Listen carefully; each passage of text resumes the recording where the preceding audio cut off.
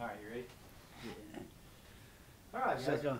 We got Trab Seyn here today, and why don't you tell us about how you got into canoe racing? oh man, I've been around water all my life. Yeah, I started basically going out with my granddad and stuff on the John boat and everything. Getting the trot lines and stuff, and I was always around water. Stepped off the pier a couple of times, almost drowned, that kind of thing. He had to go yank me out of the water. And yeah, I just around water ever since I was a real young kid. And so like I said, it was a lot of just I guess innate learning. You just do kind of osmosis. You pick stuff up when you're that young. You just kind of start absorbing things.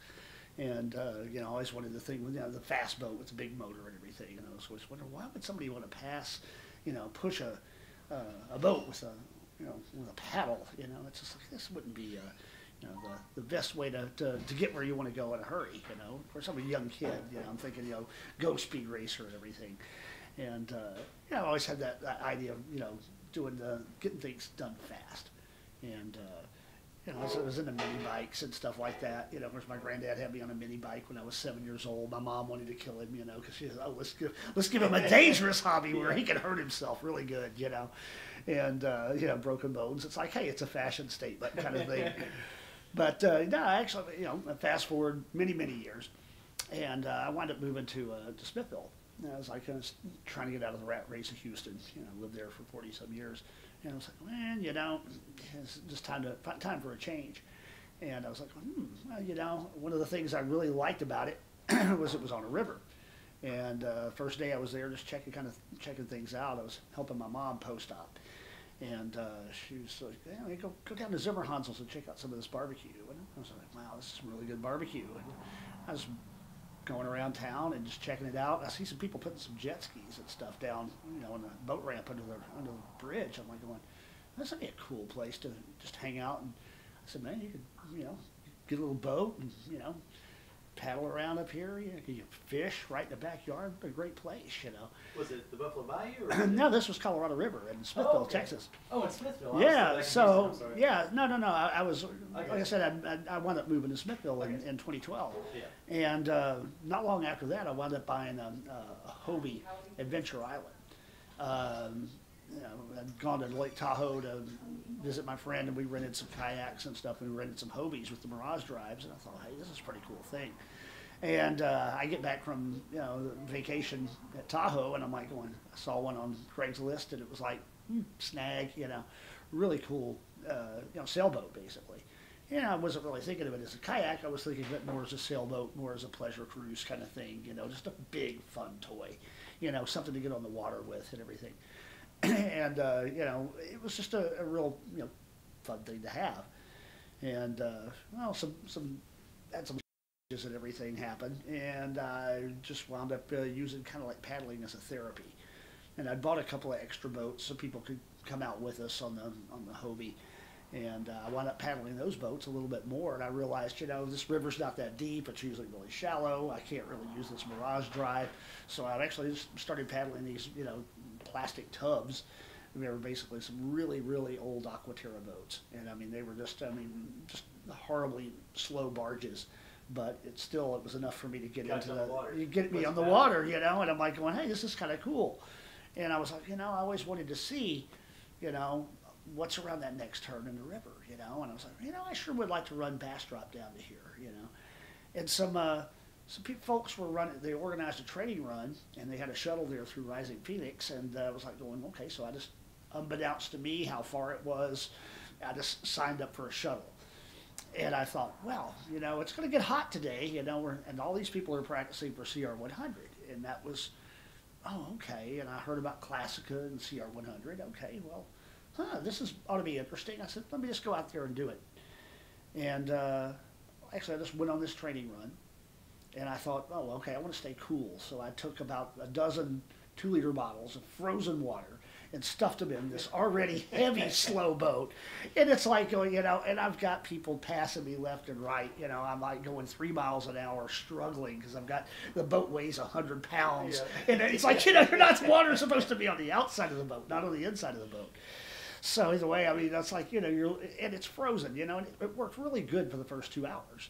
After that, it was just dead weight, and I carried it all the way to Hidden Shores, which is about 19 miles down. You know, that to me, that's like a 4-hour paddle, you know, and it took me like 7 hours that day.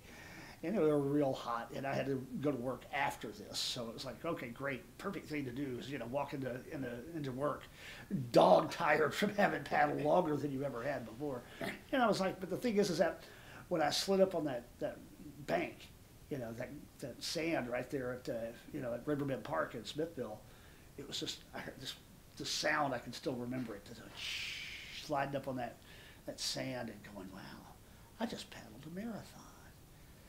That is cool. I never thought I would move my body under my own power that kind of distance. And I just realized I'd just done something that I never thought I would be able to do. And it was just such a cool feeling. And it's like, I think I want more of that. That's just too cool, you know. And you know, that was the official bite. You know, that was when the bug just, that's set the hook. Yeah, it's like, yeah, well, buddy, you don't know what you just got yourself into, you know. And at this time, you know, I hadn't even heard of the safari at this point. You know, it was like, oh, okay, well, this is a pretty cool thing. They got this short race called the Classica, and well, I can do that. Look, I've already paddled farther than that. I don't know how fast I'll go, but, you know, all right, cool. I'll give it a try, you know. So anyway, I wound up, you know, not that year. That was in 2014.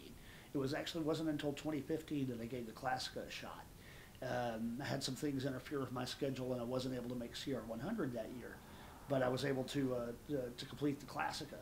And you know, it was a hot day. It was a long distance, you know, and I had people in aluminum canoes passing me in this big old, you know, I had like a 16-foot recreational boat, you know, so it was like faster than the 14-foot tub I had been paddling. But, you know, at the same time, when you're getting passed by aluminums, you know, it's like, oh, man, you know, yeah, very demoralizing, yeah. And, you know, but I learned really quick through those rapids. I was like going, I was right behind with an aluminum canoe, and I'm like, I was determined to not let them get away from me.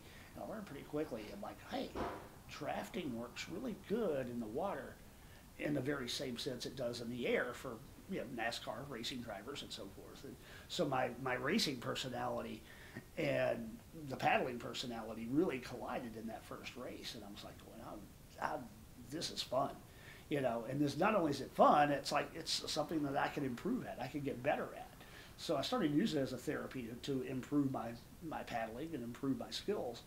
And it was a few months later, and I finally heard about Texas Water Safari. And I was like, I saw this on people's, you know, the little bumper stickers and so forth. You know, they had CR 100 and this MR 340, and I'm like, Texas Water Safari, what is all this about, you know? And I went online and found the website and looked at it and was like, wow, okay, what's this? And I went back to Facebook and I found ATX paddlers, and I was like, going, wow. I said, I was able to do this race last year. I said, you know, would this be in the cards for me? And the first person to answer me was Brian Jones. And Brian says, you know, well, he said, you're probably short on time to train for this year's race, but if you started training now, you'd be in really good shape for next year's race. And so I was like, okay, it's 2015, and I was like, I'll take that as a challenge. And started, you know, just working on going longer distances, and worked on doing the CR 100. I got that under my belt, and I was like, okay, I really started feeling pumped and everything for Safari. And then this was 2016. And 2016 was a high water year. They had a flood, and I was so amped. I had everything ready to go. I was just so ready. And then they pulled the postponement at the last minute. And you know, my team captain wasn't able to do the change with the schedule, and it just threw a wrench in the whole plans. And I was just talking about feeling demoralized. I was just like, the rug just got yanked out from under me, and it was just like, oh man, you know. And were you planning on running that Cobra? Is that what you had then, or was it? 16, yeah, I had the Cobra, and I was thinking of running the Cobra, and I'd done really well in the prelim. And I remember passing 3 guys in a 3-man boat. And they're all up on the bank, and they're taking a whiz or something, you know. They're taking a break. This is right before the boat ramp, and they see me come paddling by, and they're like, "Oh, there he is! Let's go get him!" And the thing is that they were doing this thing, but they were calling huts the whole way, and I could hear them behind me all the way to the pump house, and they're like chasing me down, and I keep hearing hut, hut, and it's getting louder and louder, and I'm like, they're gaining on me, they're gaining on me, and it pushed me, and there's still a picture out there, and I beat them by like half a boat length, but yeah, the first time into the pump house was just great. You know, Jill's up there screaming, paddle, paddle, paddle, paddle, and I'm like, yeah, you know, and I could hear them hutting the whole way. And like I said, they really pushed me to really go fast. But you know, it's, like I said, it was 2016 prelim was a lot of fun, but it was just like, you know, the wind got, you know, pulled from my sails for, you know, the postponement that year. And what was very interesting, I was so distraught, I guess, you know, by having this opportunity pulled away from me, that I actually, it was like I had some sort of pain going on in my shoulder, and I was like, wow, this is weird. And this was the Saturday that the safari was to have started, and then it got a little worse the next day. And by day number 3, I had this horrible pain in my right arm, and as it turns out, I started getting a rash between my fingers, and I actually wound up developing shingles. You know, I had chickenpox as a kid, so no vaccination against it. So I developed shingles, and I actually spent the 2 weeks from when the safari was supposed to run till when the safari actually ran, in just agonizing pain. You know, and it was I probably would have been better off if I'd just run safari, you know, with nobody around. You know, it's just like I'll just run, you know. But it wouldn't have been a good idea for a novice to get out there in flood waters. Yeah, it would not have been a good idea. But I was in pain, just the same. You know, so I guess it kind of primed me for you know, other things that were going to hurt in the future. You know. And I just remember, you know, sitting there at Cottonseed, I decided, okay, well, I'll take my camera out there, and I watched everybody, you know, the big parade come through Cottonseed, and it was just, God, I wanted to be out there so bad, you know, and it was like, oh man, you know, and it's just like, oh, it was a tough pill to swallow at the time, but it was actually good. You know, one of my nemesis, one of those that I was telling you about, those tub boats that I had done that initial training run in. Well, I actually had several of these, and I'd put them up for sale. And one of my people I'm so fond of, West Hansen, of all people, came by and actually purchased these boats. And I told him what was up. I said, I can't make it this year or whatnot. He goes, oh man, he goes, you'll be so ready for next year. And I was just, internally, it was just not what I wanted to hear. But he was absolutely right. I had to give him credit for that. He was absolutely right. He gave me an extra year to train. So you're saying like 2.25 years of practice? I was actually dealing with a lot more practice at this point, so I was able to progress fairly quickly. And also they had the MAC races had become a thing by this time. Did all those in 2016, broke plenty of rudders. Oh, great about that. It's just that's one of the things that's, I'm going to break a rudder at some race, you know. We did it. We did it in 2019, you know, in the log jams, which is like, you know, hey, it's a whiskey trip thing. You got to get lost in the log jam. You know? I'm batting, I said that the other day, batting 500 at that. So yeah. Made it through twice, so I've been lost twice. Yeah, it's one of the funner challenges of the whole thing, because I mean, you get all this way down, you know, the river, and then it's like you get the most difficult part at the end. And you can't, at that point, you can't give up. Yeah, you've gone way too far, man. Can't, yeah, what are you going to do? Turn around and go back to San Marcos? I don't think so. You know, they're not going to fly in and take you out of it. Yeah, man. Exactly. You know, and it's just, you know, and to me, the mystique of the whole thing. And that was kind of cool. In my first year in safari, I was paddling the B7. I was solo, and I paddled a good distance down to that point. Well, obviously, I'm in the cuts. It's dark, and I had met up with Ian Colda. He was one of the guys that was in that 3-man I beat in the prelim the year before. And he had a light, and I had a fairly bright light, you know, big 2, you know, mag lights on the front of a V7, you know, had 10 pounds up there, you know. And I had paddled a large portion of that distance with Jim Sutherland. He was in a wood Chesapeake boat that year. But he had gotten ahead of us, and his light had run out, and he had no light. So he's between us, and I'm taking the lead. I'm the lead boat. Jim's between us, and Ian's bringing up the rear. We both have bright lights, so Jim has no problem seeing. I think it was Ian's first safari solo, and it was Jim had done one in 2002, so it's been many years for him, and it's my first time. And we're creeping down along the side of Alligator Lake, and I mean, I'd go around a turn, and I'm seeing all these little red little reflectors. And it's like, oh, those are gator eyes, So, and we were just so tired, and we were just practically falling asleep, and somehow we got in a conversation of what hurts the most. And that makes it worse. And everybody, oh, my back hurts, oh, my ass hurts, oh, my hands are sore, I can't hold on to this paddle any longer, and all we're doing is torturing ourselves. And then it happened, and people think about this has got to be a hallucination. No, it wasn't. It was absolutely real, and I have those two witnesses. That's why I dropped some names of this. I'd put my paddle in the water, and evidently I disturbed about a 3-foot gar that decided to help itself into my boat, and it's in my lap, and it's flopping around, and it's just, and all I can see are the teeth.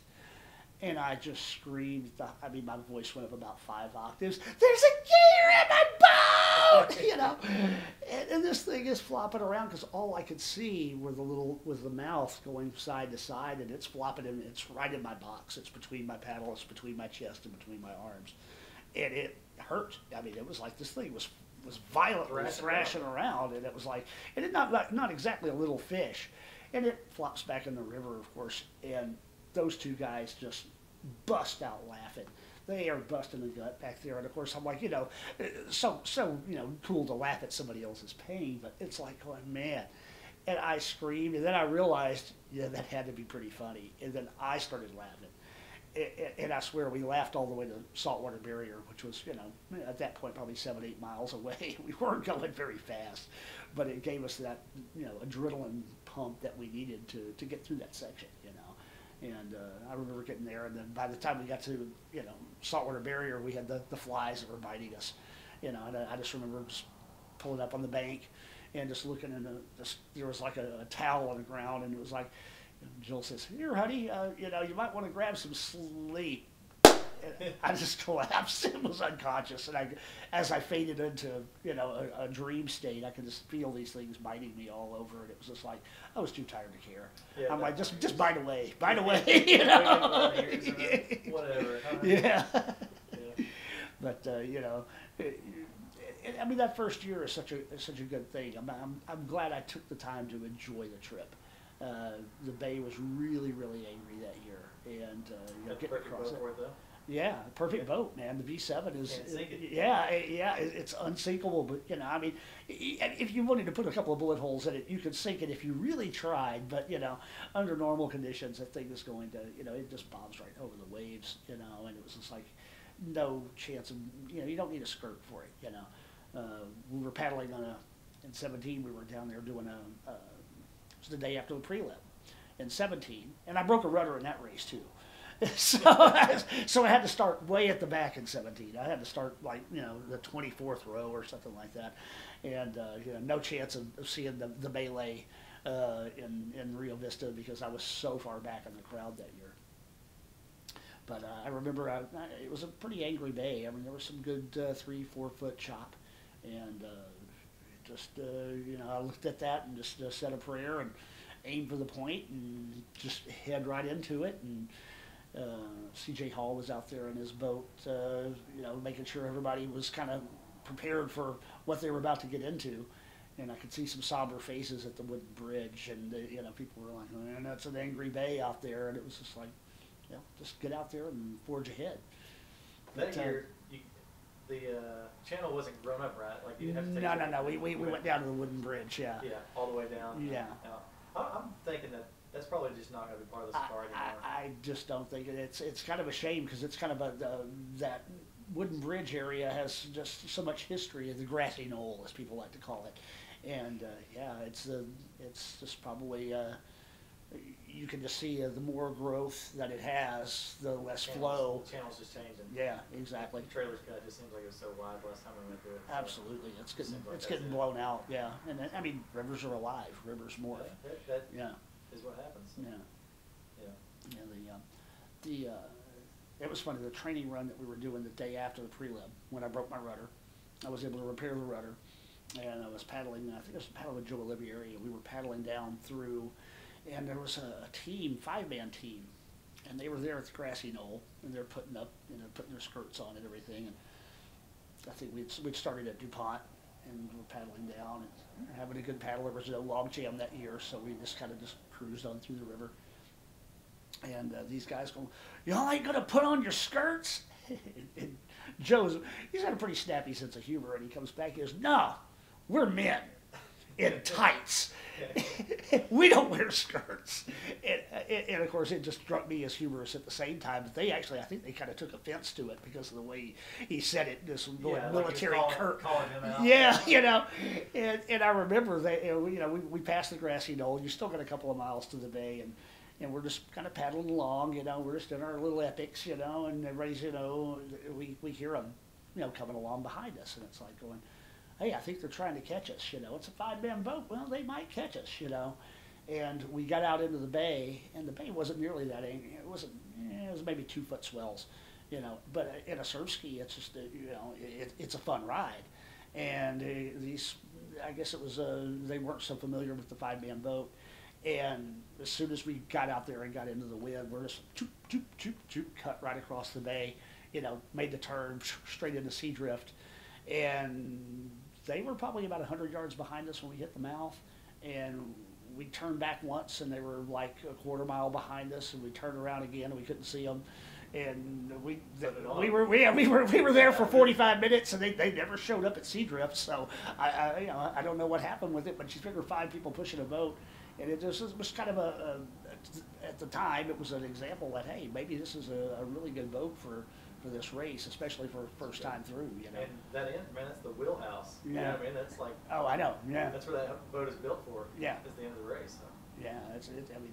It worked out great, And of course, it didn't help that I put, 40 pounds of stuff. Of course, I'm going to break a rudder, so I put a whole spare rudder in there. I had extra cable. I had an extra set of batteries for, that was 6 D cells. And I had the lights themselves with 6 D cells in it. So, I had probably 35 pounds. That V7 fully loaded down was about an 80-pound boat.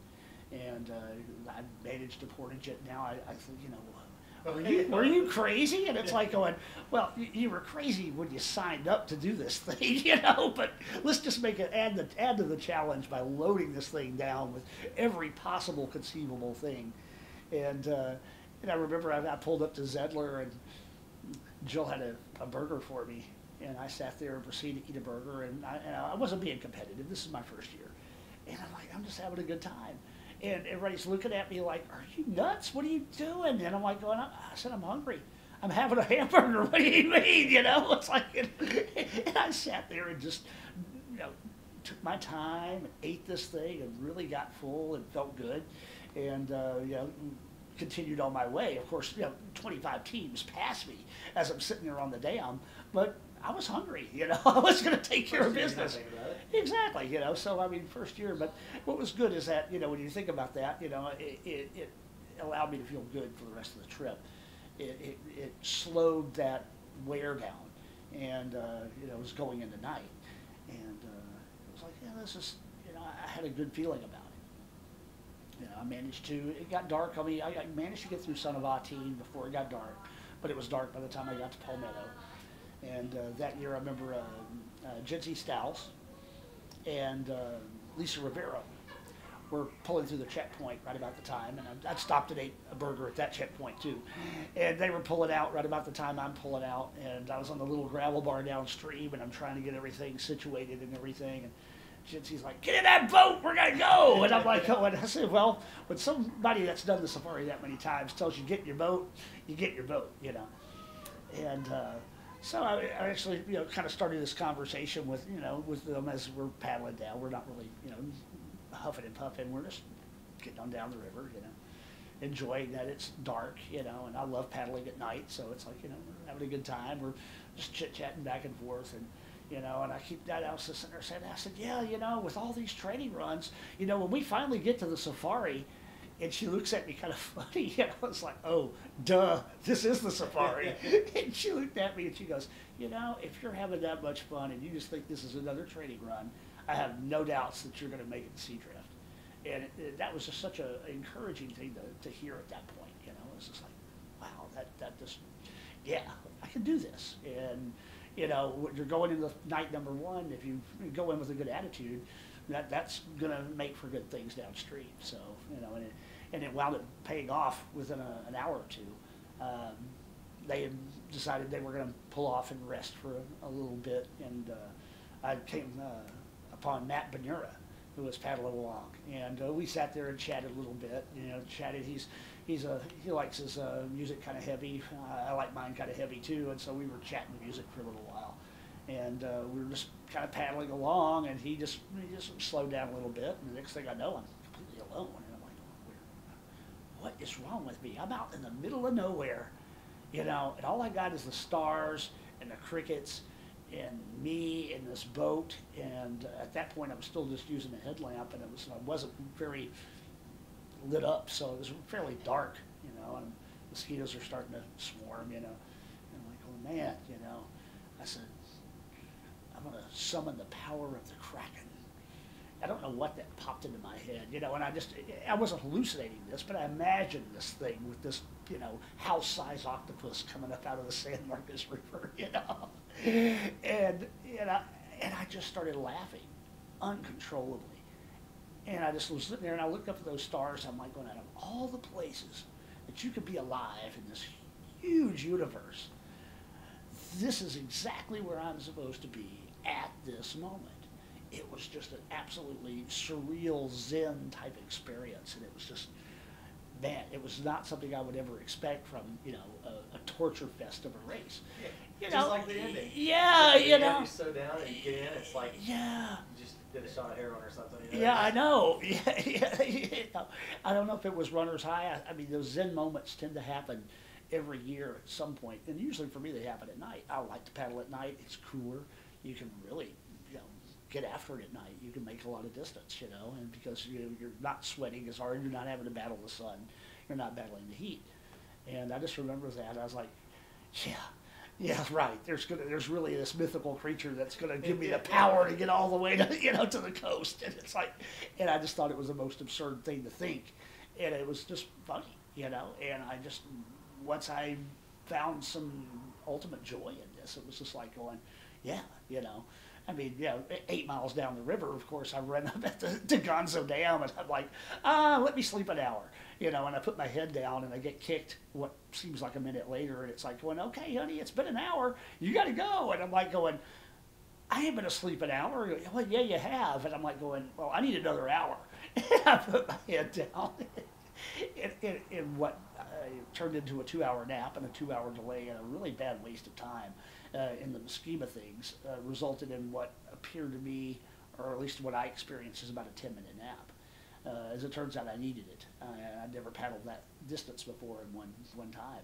But, you know, I was like going, okay, you know, it's 85 miles to the gravel bar, so I was about 83 and a half into it. And I'm like going, okay, I need a nap, you know. It's kind of like that burger at Zedler, you know. It's like, okay, you need a burger here, I had to have it. So I had to have a nap, you know.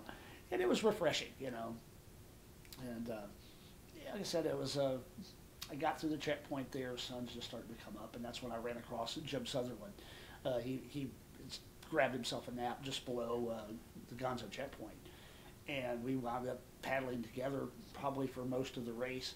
And then he got ahead of us a little bit, and then, of course, we found him there in the swamp. But we were just sitting there chatting about movies. You know, we were going about the same pace.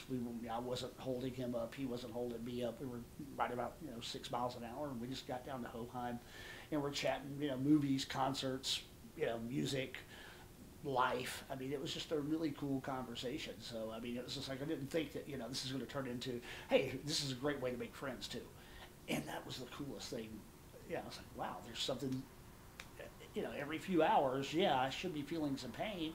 And yeah, I'm tired, and yeah, I'm sweaty, but big deal. This is what life's about, you know? Yeah, you know, and it turned into a really good experience. And I guess we had gotten down to Cuero by the time it was getting dark. And I remember we peeled off, and I had to turn my lights on manually. So I get out of the boat. By this time, it was a good thing I took my shoes off. I had some NRS booties, and I wound up losing some some toenails that year because I'd left my booties on for too long, and I just had a horrible case of trench foot. It took me a while So just being soaked for so long? Just for being soaked, oh, yeah. Man.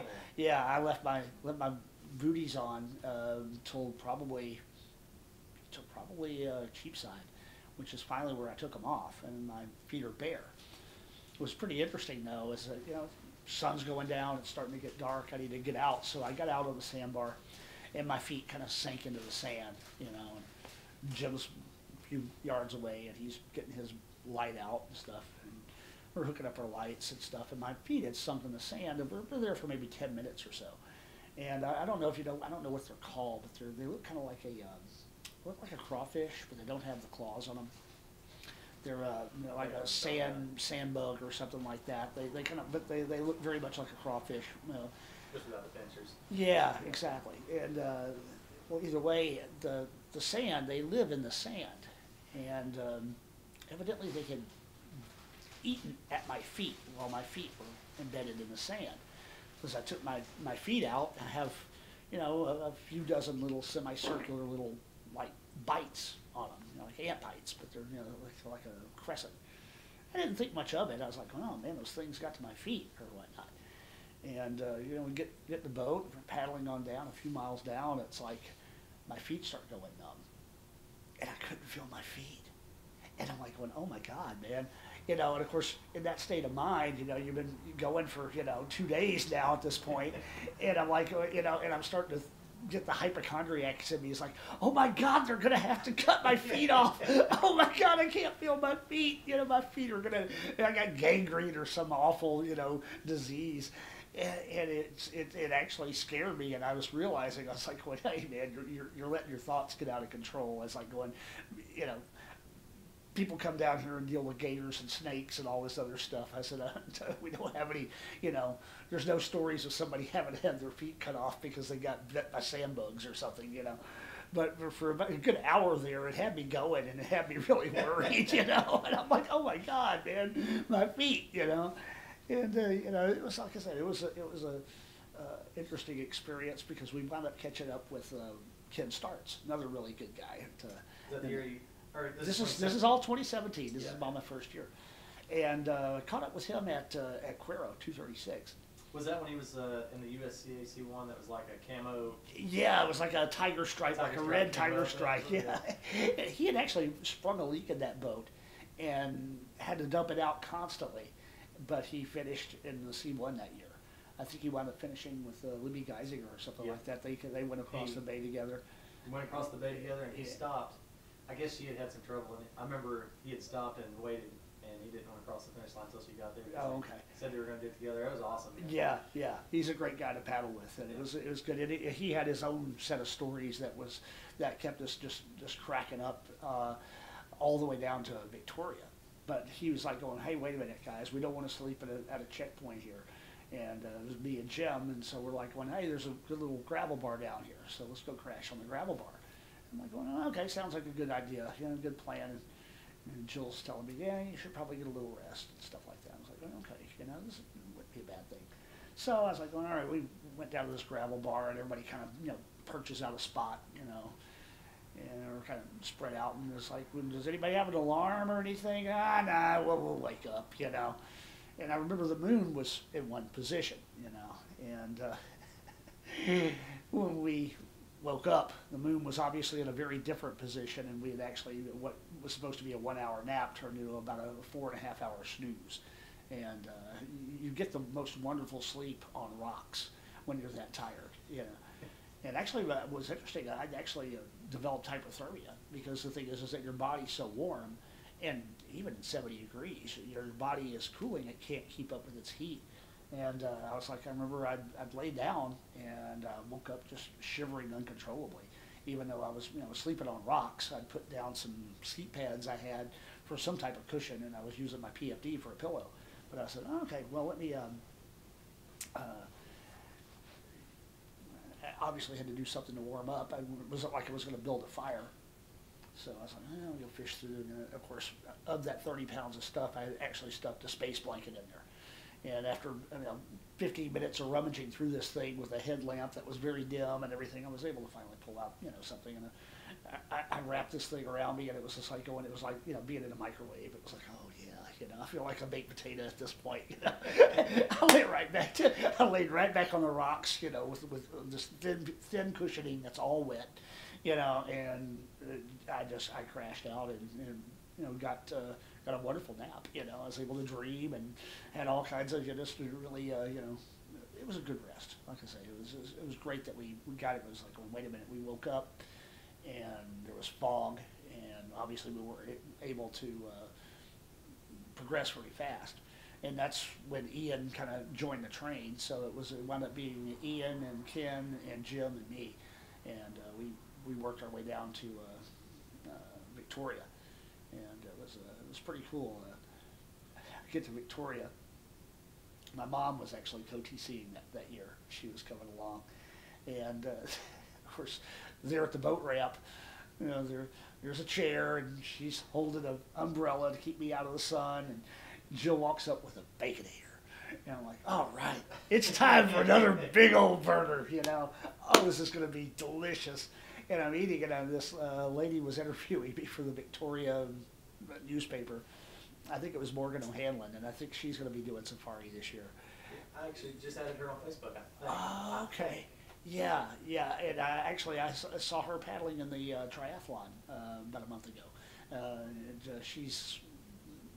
I guess she's seen enough on the sidelines. It's like, now it's time to go grab a piece. Try for yourself. Yeah.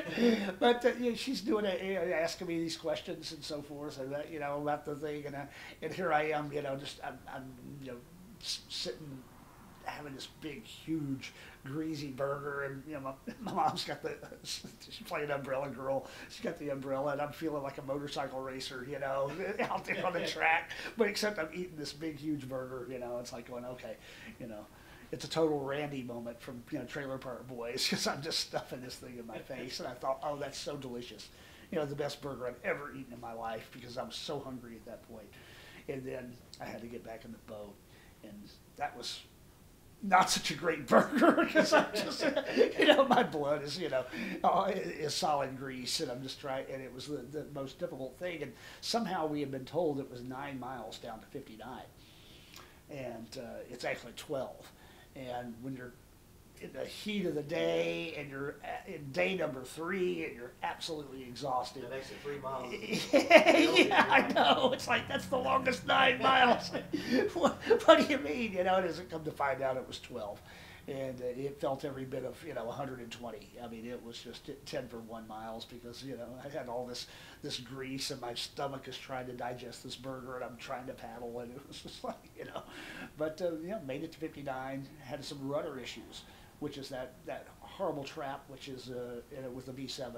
Is that your... I think we already fell into it with Alan's. Yeah, Alan, I heard about that. The skeg metal piece that turns the skeg. Yes. It goes offset from the rudder. It gets offset, and then you basically have rudder that only will turn you in one direction. Mm-hmm. And so I wound up burning another hour and a half trying to get that issue resolved. And of course, I'm not thinking too clearly at this point, and I had actually put some turnbuckles on my rudder, and I wound up replacing those, and fighting with getting the line centered again and everything. And if you get that line centered in the cavity where the understarter goes, you want to make sure those knots are centered. If those knots are centered, the rest of the mechanism will work as it needs to. But it was definitely a bit of a pitfall. But I would say that's probably the worst thing I had happen, besides the scary event of the fish in my lap, So it's interesting. I've kind of run through this from the bottom back to the top, but after I got those rudder issues sorted out, and I caught up to Ian, and then we both caught up with Jim, and then we found our merry way to to saltwater barrier, and I think Jim actually left about half an hour before I did, and he finished about a half an hour, I think, before I did. So, thanks for waiting on me. It's a race. It is a race, Yeah, that close. And he had done it in 2002 and 2003, so he had a little bit of an edge there, And but he had no problems in the sitting side. But I remember I saw Ian took a break, I think, on Foster's Point, because it was real rough, and he was in a Spencer, and he was out there. I don't think he had skirted up at that point, so he had gotten as far as Foster's, and I think he was there with a few other aluminums and was in the process of putting a skirt on out there. We'll see how far we can get, because you don't want to stop and take that time, but it's like, obviously, at some point you need to skirt an open top boat, and that's kind of where the V7 shined, because I didn't have to worry about a skirt and everything, and I was just kind of, as I'm passing everybody up, hey, I'll see you in Seadrift. That's only, a few more miles over there, and the wind was howling, and, of course I passed one of the guys was tending crab traps. He's out there,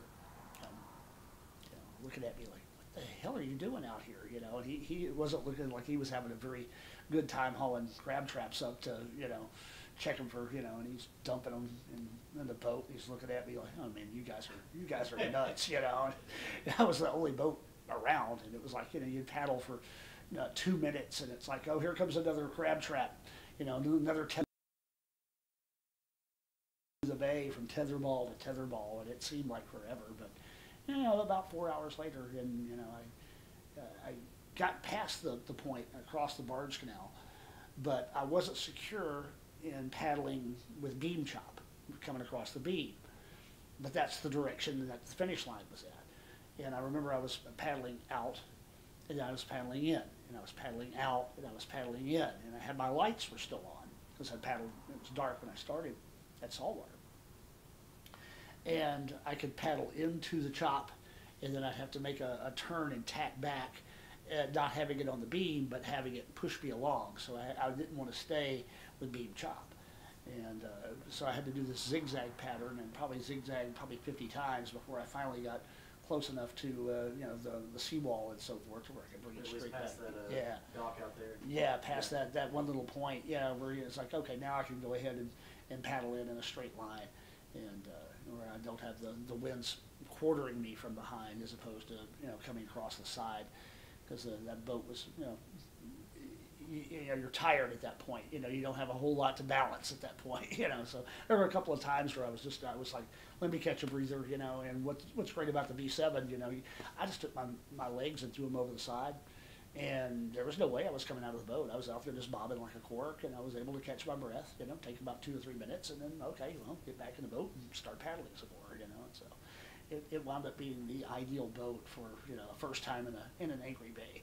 And it was a good confidence builder at the same time, and it was a really it was a great experience. And I just remember the first time up the steps, and it's just like drunk with joy. I did this thing. It's not something I never thought I could do something like this. I thought I was it would have been dead long before my age at that time. I'm like, well, okay, I managed to make it to 30, I made it to 40, and by God, I made it to the end of the Texas Water Safari. I can't believe I did this, and I'm running around hugging people I don't even know, and and just I remember throwing the metal horns up for Ashley, and she got that picture of me under the sign. Yeah, I did it. It was just it's hard to describe that feeling, and.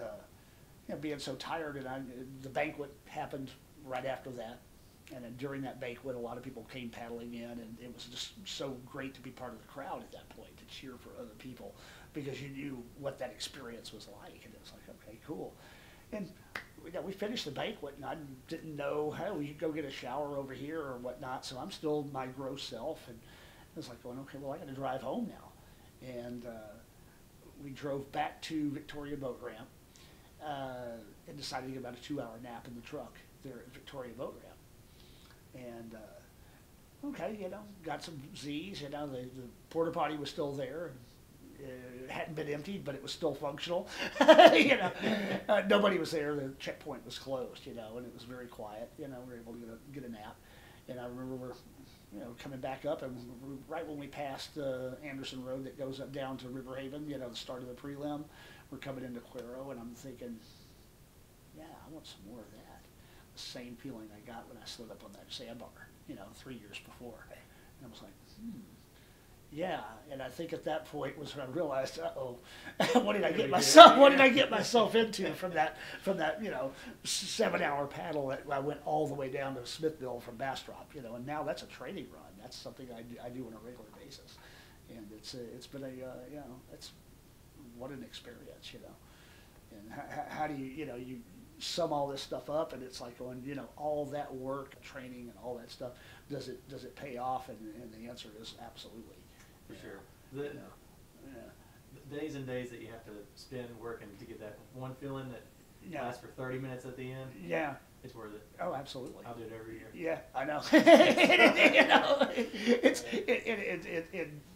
It might be sappy to say, but I can't make that trip, and I'm too far away for people to really see my face, but I always get a little misty when I'm seeing. Once I can see finish line, I'm like, when you can read finish line, you've done it. It's like, okay, I've got 200 yards to go. Damn, this is just awesome. This is good. I'm glad I was in the back of the boat this year. I was like, taking deep breaths, got to dry these eyes out. Yeah, I know. It's like, it's good there's salt water here, Yeah, I'm gonna have my eyes are gonna drain anyway, And it's the best splash you'll ever have, It's like going, okay, this is one place you want to dump, No buoy this year, but no buoy, no crowd, but we had a small crowd, I guess. The feeling was still there. It was still exactly. It was still there. It's like you've accomplished something, and it's you might not be a cash prize, but patches are nice, but deep down you know you've done it. You've done something, and it's the feeling of accomplishment is just unmatched. I mean, maybe people that climb Everest or maybe people that run races, but it's like any other sport. It's an achievement. And when you can do something like that, that feeling becomes addictive. I have a very addictive personality, and I'm like going, oh yeah, uh-oh. I know I was going to get into this. Looks like I'm going to be doing this for a long time, As long as my body's able to do it, I think I'll be paddling this thing. Yeah. It's just it's a great thing. All right. So that was 2017. That's 2017. Let's go into 2018. How did you end up? What were your initial plans? How did you end up in what boats? Let us know. This is the wonderful part of this, and the thing is how can you, as much as I was just championing the triumph and the great feeling, a DNF is awful. It is. You would talk about demoralizing. It's like worse than breaking your rudder and having to start at the back. And what had happened is that okay, I figure second year around I really trained a lot. I'd become a way better paddler. I moved up to using faster boats. And I was like going, okay, well, I said, I need a special boat for this race. And I'd settled on a Stellar SEI. It's thinner, longer, but it's still a very stable boat. And I said, well, I needed to order some hatches with it, some bulkheads in it, because I want to be able to have a compartment that I can keep my hydration in and keep it below deck. And I was like going, okay, great. Had it lined out, drew it up, everything, sent it to Stellar. They said, okay, fine, we can build it for you. They didn't start building it in January, and I was expecting delivery sometime around April. It did not make that shipping container. As it turns out, the boat arrived in the United States the same day as check-in, and it was disappointing. But at the time, I didn't think it was going to be that big a deal. Dave Amodio with Texas Surf Skis and Kayaks, he was just a great help through the whole thing. And he says, man, I'm sorry your boat didn't make it in time. And he goes, it's shipping, it's coming from overseas. This type of thing happens. And I wasn't upset. I couldn't blame anybody. Things happen, And he done me the favor of loaning me just the fastest boat in his inventory, which was an SEL. And it's a wonderful boat. I actually used it in the prelim that year. And I was able to maintain a faster than my typical speed. I was able to run really, really fast in this boat, and I thought, what a great boat. But I totally underestimated the amount of stability I was going to lose by putting items on the back deck, and I totally underestimated the taxation on my core. And I remember Tommy Yonley had wrote something about, well, I wouldn't take a surf ski on that. Of course, here I am wanting to prove a master of paddling, one of the best paddlers in Texas. Well, I'll prove him wrong. Yeah, right. And as my core was wearing down from having so much stuff on that deck, I could just keep. I kept hearing those words over and over, and it's like going, yeah, he was right. Very much like West was right about me having an extra year to train. And it's like, sometimes you ought to listen, you big dummy. It's like, you don't have to reinvent the wheel. And but either way, I was determined to also run a certain time. I had a real strict schedule. I was going to keep this time between this checkpoint and this checkpoint. I should be able to hit these metrics by this. I was very determined to run it by the numbers. Well, safari doesn't happen by numbers. And by the time I got to Luling, I was way off of my numbers, and I was growing in frustration, and that kept me inside my head, and that's not where you need to be. My head was not in the game. My head was in, why am I not measuring up to my goals? And so that's just, I guess an expectation is a premeditated resentment. That's basically where I was at. Also, as I was doing the portage there in Staples, I'd scratch my paddle, shaft of my paddle, and it was on my left hand, and it started out as just a little bit of an abrasion, and it kept wearing and wearing, and so by the time I got to Zedler, I was in worse shape than I was in at Saltwater Barrier the year before. I mean, my back was hurting because my core was fighting to keep this boat upright. Even though I was able to paddle it at pretty good speed, I still was just running out of strength really quick. I was fatiguing way faster than I expected to. I was frustrated, and my left hand had become a glove of blisters. And so it was painful. And, I wasn't really experiencing a lot of joy at that point.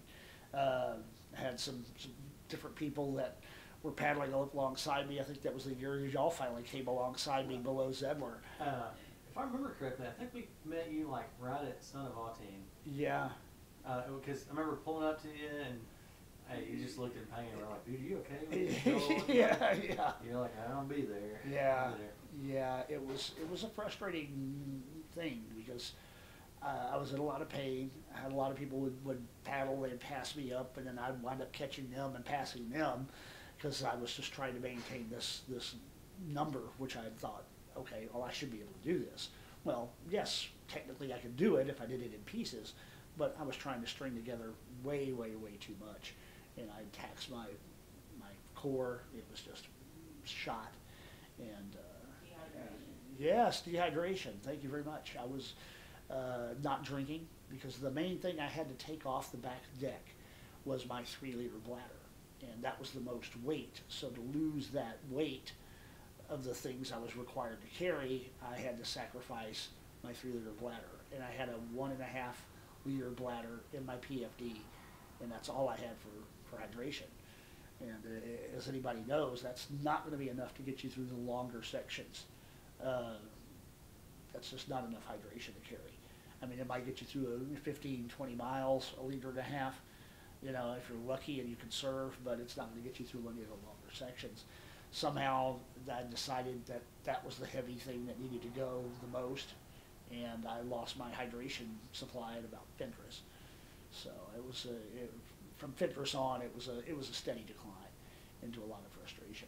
And I got to Palmetto, and some friends were there at Palmetto, and I remember, hey man, it's just a mind game. Get your head back in the game. And at that point, I was too far gone. I was trying to listen, and I was like, yes, yeah, I know, but I'm sucking. I was supposed to be here before dark, and it's an hour after dark, and I was just frustrated.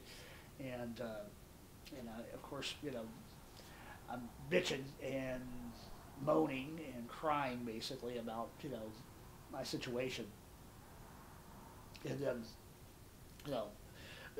who does everybody get some inspiration from? None other than Harry McGee. Comes paddling up and slides right under the bridge at Palmetto, and it's like going, she's done this umpteen times, and she's not bitching. And look at, she's she's passing me. It's like, and she's got a really good light on her boat. I did not have a very good light on my boat that year. And I'm like going, well, let me just follow her, And I was like, if she can do it, I can certainly keep up. And so I see her pulling off into the distance, and I see this wonderful lit up river, and I'm like going, this was right where Jinsey and Lisa had caught me the year before, and I figure, oh, okay, I can get a little bit more. I can get to Gonzo. Come on, I can do this. And get in the boat, and I'm now following Erin down the river and so forth, and she keeps looking back at me and look of concern, and I can tell her, she's got this look on her face, which is now I know the look that she would give anybody. This guy ain't gonna make it, And there were a couple of log jams, and I was trying to remount the ski. I just couldn't even get back in the boat at that point. I was just so frustrated, and I was so hungry, and I was so thirsty, and I was just. I finally get down to Sladen, and I hear Jill. She's up there, honey, I've got your Whataburger. And I think the worst spew of expletives I've ever admitted. I mean, everybody in the river, everybody for about a mile around knew Trab was done. And I'm just taking my ass to Whataburger now. And I was like, just haul that cold Whataburger back up the bridge, because I want some warm Whataburger, and I want it now. That was also a very bad choice. If you're going to pull out of the water safari, don't do it at Sladen Cemetery Bridge. Well, yeah, I was just saying, I thought you were going a different direction. Yeah. In the dark at midnight, And I wound up paddling about 100 yards downstream, and I had to fight my way up this really steep bank. And at the top of the steep bank was nothing but 6-7 foot episode. They couldn't see me. I couldn't see where they were at. They were just kind of shining the car lights. I had a general sense of direction of where it was, and I would shove the boat forward, 20 feet, basically whack down the weeds on either side of the boat so I wasn't stepping on a snake. And tromp a little further and then slide the boat forward, and I did it in 20-foot increments. And it took me about an hour to go from the river, to getting the boat actually on the road where I could actually get it on the, so it was probably 3 hours before I finally got my Whataburger. But they're open 24 hours, so I was like, I got my Whataburger. And then wound up at a motel there in Cuero, and it was interesting. It was not long after Prince had passed, and we were sitting there watching a documentary, and I was like, wow, okay, something. I'm eating my Whataburger, and I'm was able to get my mind off the safari there for a few minutes, watching it. And about the end of this, thing, I was like, oh man, it's sad that Prince is gone, and I'm like, man, it's pretty sad that you didn't make it to Seadrift this year either, did you? And I was like, oh, and it just came back in this huge wave, and it's like going, they tell you, lay down, take a nap, get something to eat, and take a nap, take a break mentally from what you're doing, to reconstitute yourself. But I think at that point I was still pretty shot physically, and we went down to Gonzo, and told him, hey, we're dropping out of the race. Well, we thought the checkpoint official had marked us out. And a couple of days later, after everything's wrapping up, evidently that hadn't been communicated back to the race directors, and Linda Cochran gives us a call. Phone rings. Hey, this is Linda. Are you still out on the river? And I'm like, no, I've been home for 2 days. What's up here now? I said, I'm home. I'm licking my wounds. Everything's, but I'm still alive. And evidently it hadn't been communicated up the chain, and so the race, they still thought I was in the race. It's like, I was like, dang, I could have gone down here and put in and come in at 99 hours and 59 minutes, And it was like, oh man, shucks, they thought I was still on the river. But hey, things happen. But it was, like I say, it was a demoralizing thing, but it was a very good lesson, is to not go out there with too high of expectations, because something will go wrong, and especially if you have one little thing go wrong, you can usually overcome it. If you got 2 things go wrong, you still have some complications, but you can recover. But I had my left hand was blisters. I had given up all the supplies I had for the actual bladder I had for going a long distance, so I'd had no way to keep myself hydrated safely. And my core was shot by trying to use a boat that I could probably do a safari in, but it would definitely hurt. It would have to go perfect. It would have to go perfect, yeah. And in an ideal world, and that's exactly what I'd done with this spreadsheet. I'd given myself this ideal world, and I was shooting for an ideal circumstance, and that's just not the way you can run this race. It's not it doesn't work that way. And it was a valuable lesson to learn. It was a tough pill to swallow. It really sucked, but it was like, okay, well, you know, and of course, had I had the SEI, things would have gone a lot differently, but, you know, it was a last minute change of boats. It was so many little things added up that it just wasn't in the cards that year. And sometimes, you know, sometimes the river just kicks your ass, you know, and it's just something, it's a tough pill to swallow, but, you know, it's, like I said, I think I learned more from that failure than I did from the success from the year before. And I knew what I was chasing after.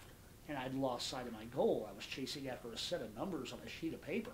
I wasn't chasing that joy at the end, you know, and finishing, it needs to be the goal above all.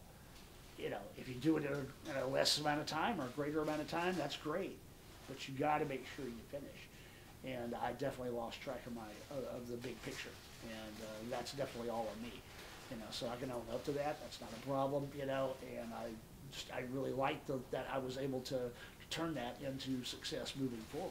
You know, it was a lesson I had to learn. You know, I just thought, you know, wow, I had this great safari and 17, and you know, go me, and I wanted to pat myself on the back, and it's like, the river still had something to show you. You know, it's like going, you know, it's one man up against Mother Nature.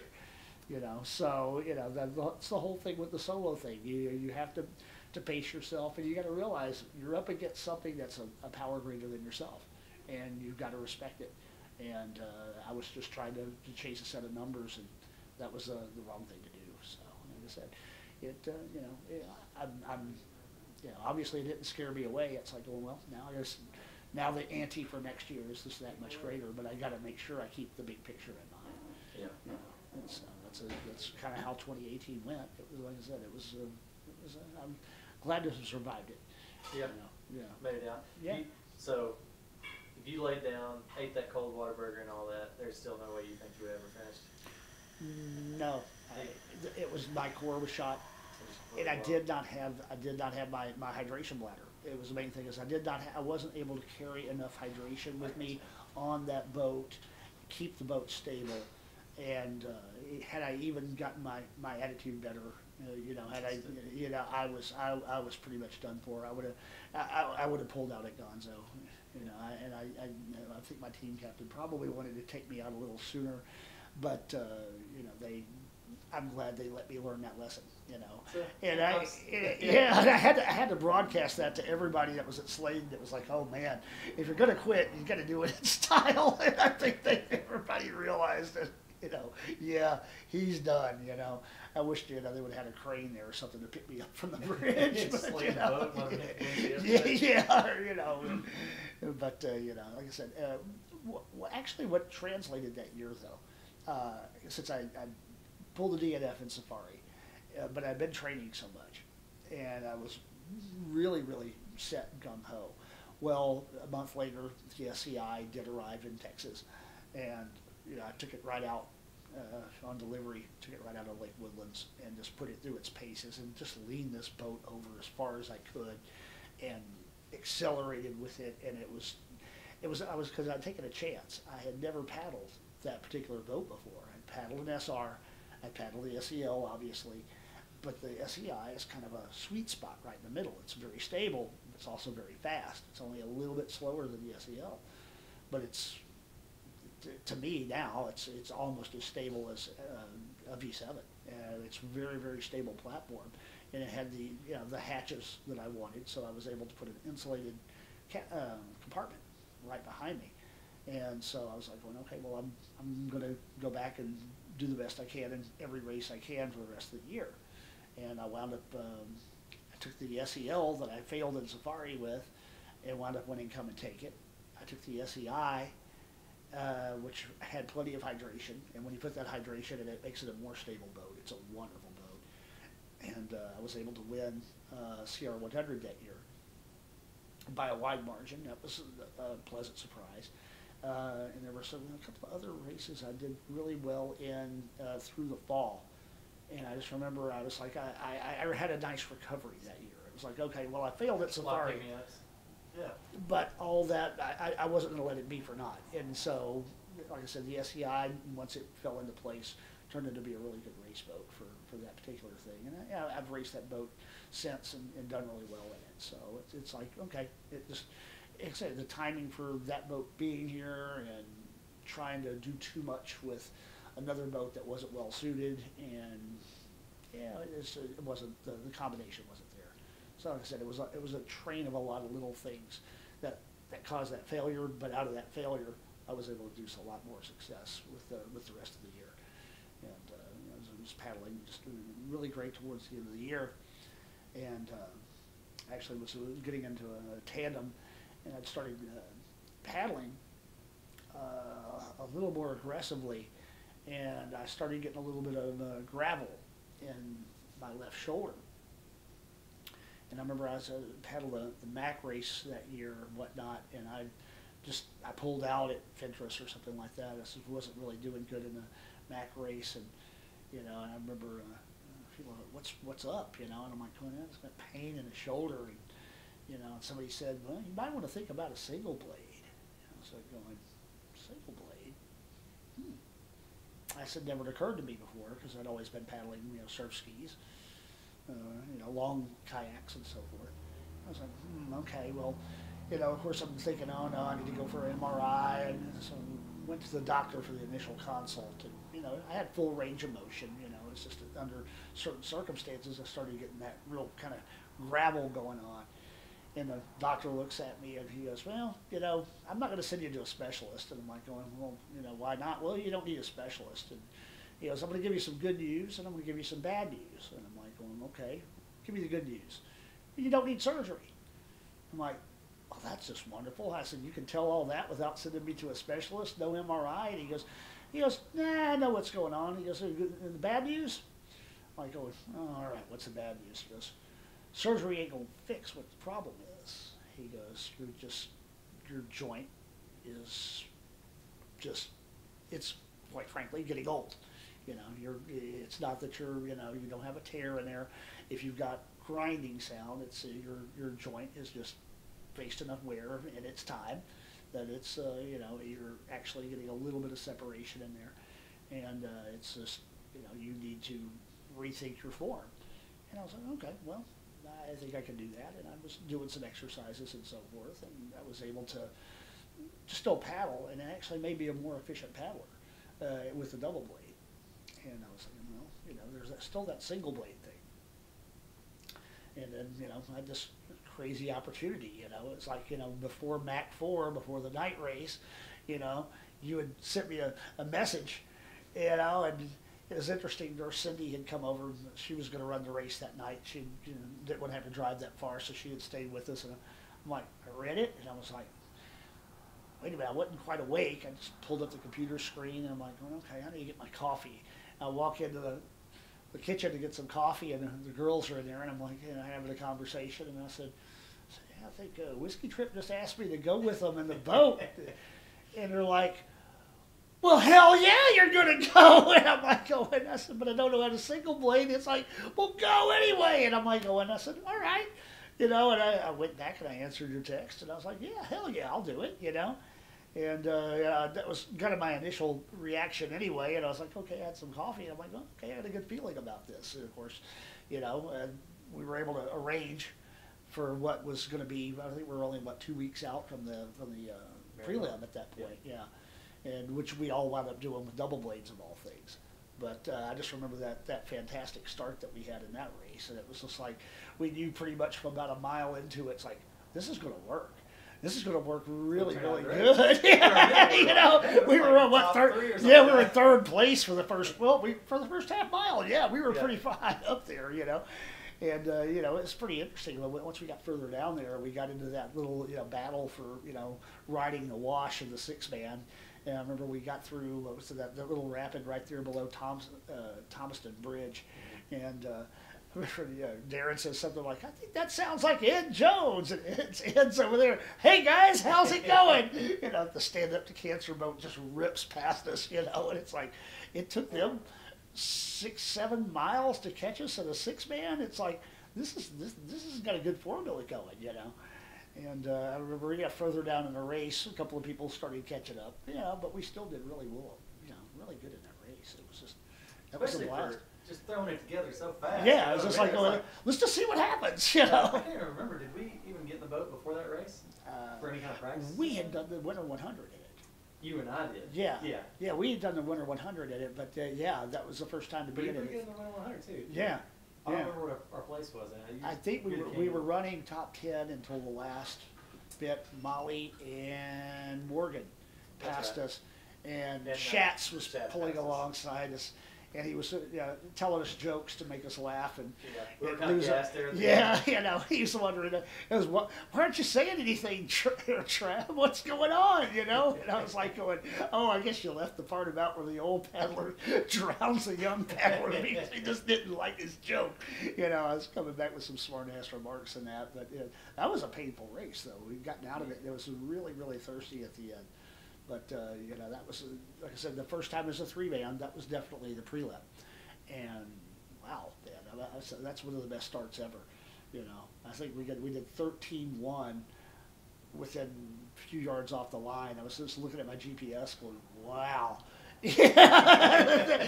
That's a hell of a launch. We had a little bit of current helping us, but it's still, anytime you're doing double digits in a paddle boat, you're moving, So that was just a wonderful, it turned into a wonderful adventure there in 2019. It was just like, wow. That was a fun year. Yeah. Real fun year. Yeah. And we were like, I think we came through 10th out of Rio Vista. I believe so. Yeah, and I know Jill's got some pictures of us, and I think it's Shannon or Gwen Hills, one of the ladies from one of the fast boats. I think it was like coming under at the staircase. I'm so focused going through Rio Vista. I mean, it's like I see the boat, I see my team members, I see the river, and that's it. I mean, there can be, something crazy can be going on right next to me, and I'd be totally oblivious to it. And it was just interesting that, Jill was down there getting her carnage photos at the bottom looking upstream, and there's, a bunch of boats behind us, but there, not many people in front of us at all, And I remember I think we got through there before the Night Witches that year. And they passed us between Rio and... Is the Night Witches one with Caitlin? Yes, okay, yes. So they didn't catch us until about halfway to... halfway to the confluence, huh? Not the confluence, but is it the Thomaston... Or what's the dam that they've been wanting to tear out? Capes. Yeah, between Rio and Capes. Yeah, they passed us like right under 35. And I remember we're like going, these girls got it, go. Yeah, we decided we appreciate y'all. Yeah, We're just impressed that they weren't ahead of us in the lake. I know. I think we did, they were on the same line, I think. Yep. Or no, they were actually, I think they were on the other end of one of the lines, because we were on line number 3. Position number 2. Yep, we were 2 off the bank and then 3 back. I think you're right. They were line 2. Yeah, they were in 2 of that. I know that I think they took a different route getting out of Spring Lake because it was all bottlenecked. We only had 2 routes to go. But I remember that. This is like going, hey man, let these girls go. And it was so cool to see at the end that they actually got the record. And it was just like going, yeah, okay, cool. It's like going, hey, total respect. We're not here to slow anybody down, but we're still here to have our good race. And it was just, we had a couple little, swamped it here and there, and obviously I was in Spring Lake and I really didn't know how to single blade. And by the time we got to Gonzo, it was like, all right, kind of the single blade thing's kind of working out pretty good, and lower heart rate, less fatigue. It turned into, hey, I didn't think I would like this as much as I did. And then we got to the run on Hoheim. We left Gonzo and we're on our way to Hoheim. And I remember about 2 or 3 miles down, and I looked up and I had that little Zen moment. where I looked up in the stars, and I was just like going, I could still see the stars were twinkling, very much like when I summoned the Kraken in 2017. You know, it's like, yeah, I'm where I'm supposed to be, and it was just when you get that good feeling, it's like going, yeah, we're gonna make it, you know, and it was like going, all right, well, let's see how fast we can go in the singles, and we're really feeling good, and we could see there's a boat up there, you know, there's real long stretches and that open up, and you could see about a mile down the river, and we could see other little lights down there. So I remember we started pecking. It's like we had a goal, a short-term goal. Let's catch that boat, and it turned into let's catch that one boat. Well, let's catch another one, and let's catch another one, and we wound up passing like a dozen boats or something like that before we got to Hoheim, and it was just peck them off, peck them off, peck. It felt like it was probably the fastest run ever down to Hoheim. I mean, it felt like 3 hours. You know, it's like usually it's like going, oh, this is the long section that everybody dreads, and they're going to take it 7 hours, 8 hours, something like that, and it's like going, no, I think we did it in like 4.5. And I know our speed was like 6, 7 in that split between those two checkpoints, and it was just pecking them off and pecking them off, and you know, we got a good sausage biscuit, you know, and the corn dogs that we fed the fish with in Hoheim, you know. So I didn't even know I had those corn dogs. They got tossed in my lap. And then by the time I realized they were there, they were just such waterlogged. The breading's just melting off the hot dog and stuff. Like, yeah. I know the bags they gave us all.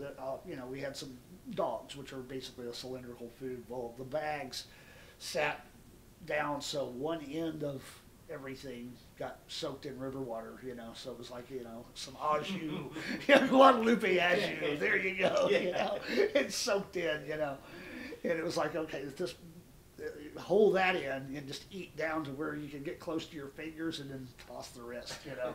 You know? But it was just like, wow, that's the best gas station sausage, you know, biscuit, you know, thing, whatever the hell it was, I just ate, but you know, it was yummy. Especially at that point. Oh, I know. Yeah, anything's great. We needed that solid food, you know. But it was so good to blow through Hoheim pre-dawn. You know, it's like going, okay, the sun's not even up yet, and we're almost halfway done. You know, the sun's coming up, day number 2, and you know, we pulled in the cheap side, and it was like at 9:01. You know, so we were over halfway done at the 24-hour mark, and it was such a good rush, you know, and we had really good water at that point. The water was up, you know, the river's moving, and we could just, you know, move along, you know.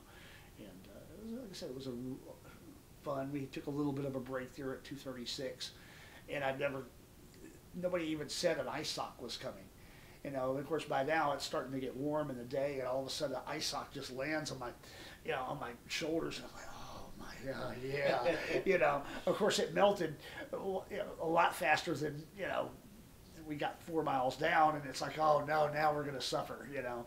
And all the way down to nursery, I remember, and Jill's got a picture of me somewhere where I think we're coming into Nursery Bridge, and I'm just like, just had this wild expression on my face, but I don't know, like, you know, is he alive? Is he dead? You know, is he animated? I definitely had that you know, safari zombie look going on. You know, but you know, after that it was like, okay, it was downhill after that, because that was the peak heat of day 2, you know, and then as we, you know, of course got into you know, Victoria, we had a whole different set of circumstances to speed things up. Yeah. You know, Yeah, you gotta get into it. Yeah, Everybody knows there's competitions. yeah. Well, the friendly competition we had, you know, going on between, you know, Whiskey Trip and Risky Business. And it was so funny because the names are so similar. I would sometimes confuse the two, but you know, it's like, but you know, we had a little bit of competition going on there, and we heard that one of their guys was down, and we're like, okay, well, we have an opportunity to jump a place, because they had passed us earlier in the race. I think around Staples, that they were moving past us, and it's like, dang, those guys, they're a 3-man boat. They got past us, you know, and here it is, you know, 200 miles into the race, and we have a chance to pass them up, you know. So it was like an interesting time to change that lead. And I think you were talking with Alan about how fast that one section, because it's the land of endless turns. On the way to DuPont, you know, it's like, well, what direction are we going? Where are we going? You know, and I remember we got to, and I hadn't hallucinated at all until right above 59, and we had some hot food waiting for us there. I think we had pizza, and y'all guys had fried chicken or something. We had a special meal that we were going to have because we knew we were going to have to do this long run, but we didn't think we were going to be this excited to have passed some other people. And we pull into 59, and it was right before 59. I think there was a gravel bar that had cattails. Well, the river had flooded, and those cattails had died, and something like 10,000 cattails whipping back and forth, and it just instantly just lit me off. I'm seeing Spencer canoes up in the trees, and I'm seeing, you know, why would somebody stash a pretty new boat up in the trees? You know, the bamboo was becoming, you know, paddles, and I'm like going, man, there's a lot of good gear over here on the side of the river, you know, we're passing up on, and it's like, and I realized then it was like full on. I mean, it was just like, you know, every, you know, recreational hallucinogenic substance in a good way and it was a sudden hit. And then we got our food right there at 59, so our bellies were full. And I think Jill had given me some spaz, which was you know, some caffeinated spiz, and I slammed that down. And that first 10 miles of going we were paddling through the streets of Venice. I could swear that we were seeing buildings on the sides of the river. It wasn't trees, it was buildings. And I knew what this section of river looked like, especially in the dark, and I could not turn it off in my head. We were paddling through the streets of Venice, and the lights of the boats ahead of us, and we're trying to catch, you know, and it's like, wait a minute, you know, who's that guy? Man, that's one guy paddling that real long boat. How the hell is he going that fast? Look at that, there's a bump on the back of that dude's got a motor on the back of his boat, man. He's got to have him. There's no way he's paddling that fast on his own, you know. And as it turns out, it was Gaston Jones, who's an incredible paddler, who was pulling the boat that fast. And his daughter was in the back just catching a nap. And I remember we came up alongside him, and then she kind of looked up, and then she stood up, and I'm like, oh my God, I thought Lily was a boat motor, you know, and we're in Venice. What are we doing in Venice, you know? How did we get this far from Texas, you know? And it was this, and I knew it was a hallucination, but I was just going to roll with it because it felt so good at the time because, hey, we had just passed those guys, you know, and yeah, and it was probably it seemed like 30 minutes. Yeah, you know? We just blew through it. One of the funniest things that I remember about when we passed Gaston at that point is he goes, "You guys gonna paddle that fast all the way to Seadrift?" We're like, "Yeah, we are." Yeah. It ended up not being true, but we felt like it at the time. Yeah, I know. Well, I mean, you get those moments of energy, and it's like, oh, you might as well, you know. You seriously just are convinced, like, oh, this is how I'm going to feel for the rest of the race. Yeah. Because you just feel so good. Yeah, yeah. It was, you know, you get those highs and those lows, and it was definitely, I mean, you know, like I said, having gone to high school in the 80s, you couldn't buy something that make you feel that good. Yeah. You know, I mean, there's no way you're going to feel Safari High unless you do Safari, you know, and it was just a wonderful run, you know, and I remember he was catching up to us when we kept thinking it was Risky Business that had caught us, but he had this really bright light, and we had pulled into DuPont, and there was this real bright light behind us. And we're like, oh my God, how did Risky Business catch us? And as it turns out, it was Gaston and Lily, because Lily had got up and she started paddling, and then it was like, okay, it was 2-on-3 at that point, and I don't think we ever saw them again because they pulled out of the checkpoint, and I don't think we ever saw them again, unless that was them that we saw as we got into the swamp. But you talking about after we got lost and? No, it was before we got. Remember, we saw some people that we thought were in 1 o'clock or 3 o'clock cut. Oh, There's some people off, and it was a tactical mistake to not go investigate where those people were going because they had obviously found the cut.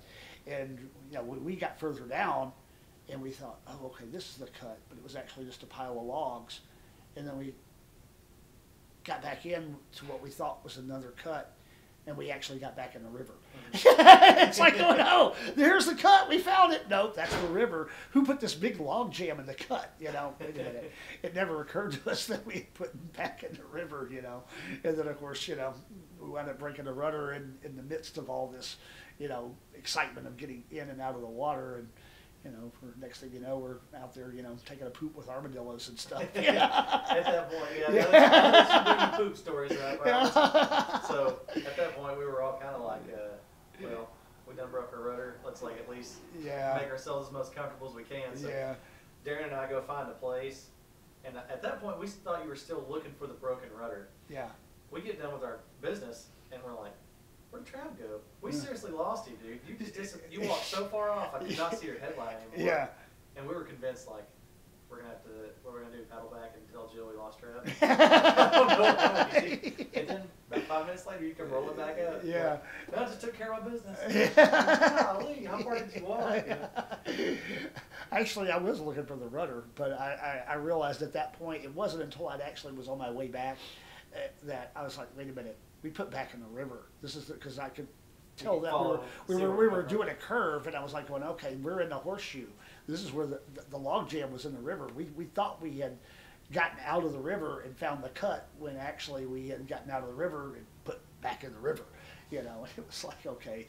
And the thing is that we were really kind of right where we needed to be.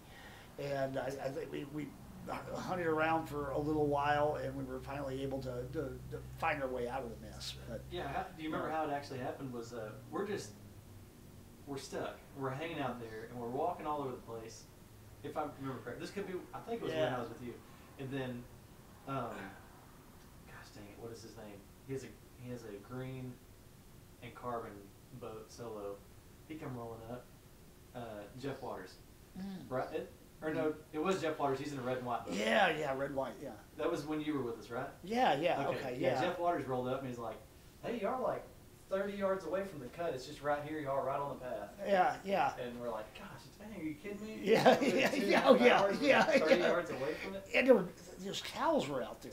Yeah, so we couldn't, like, it confused us because the thing is that... That's supposed to be an island. Yeah.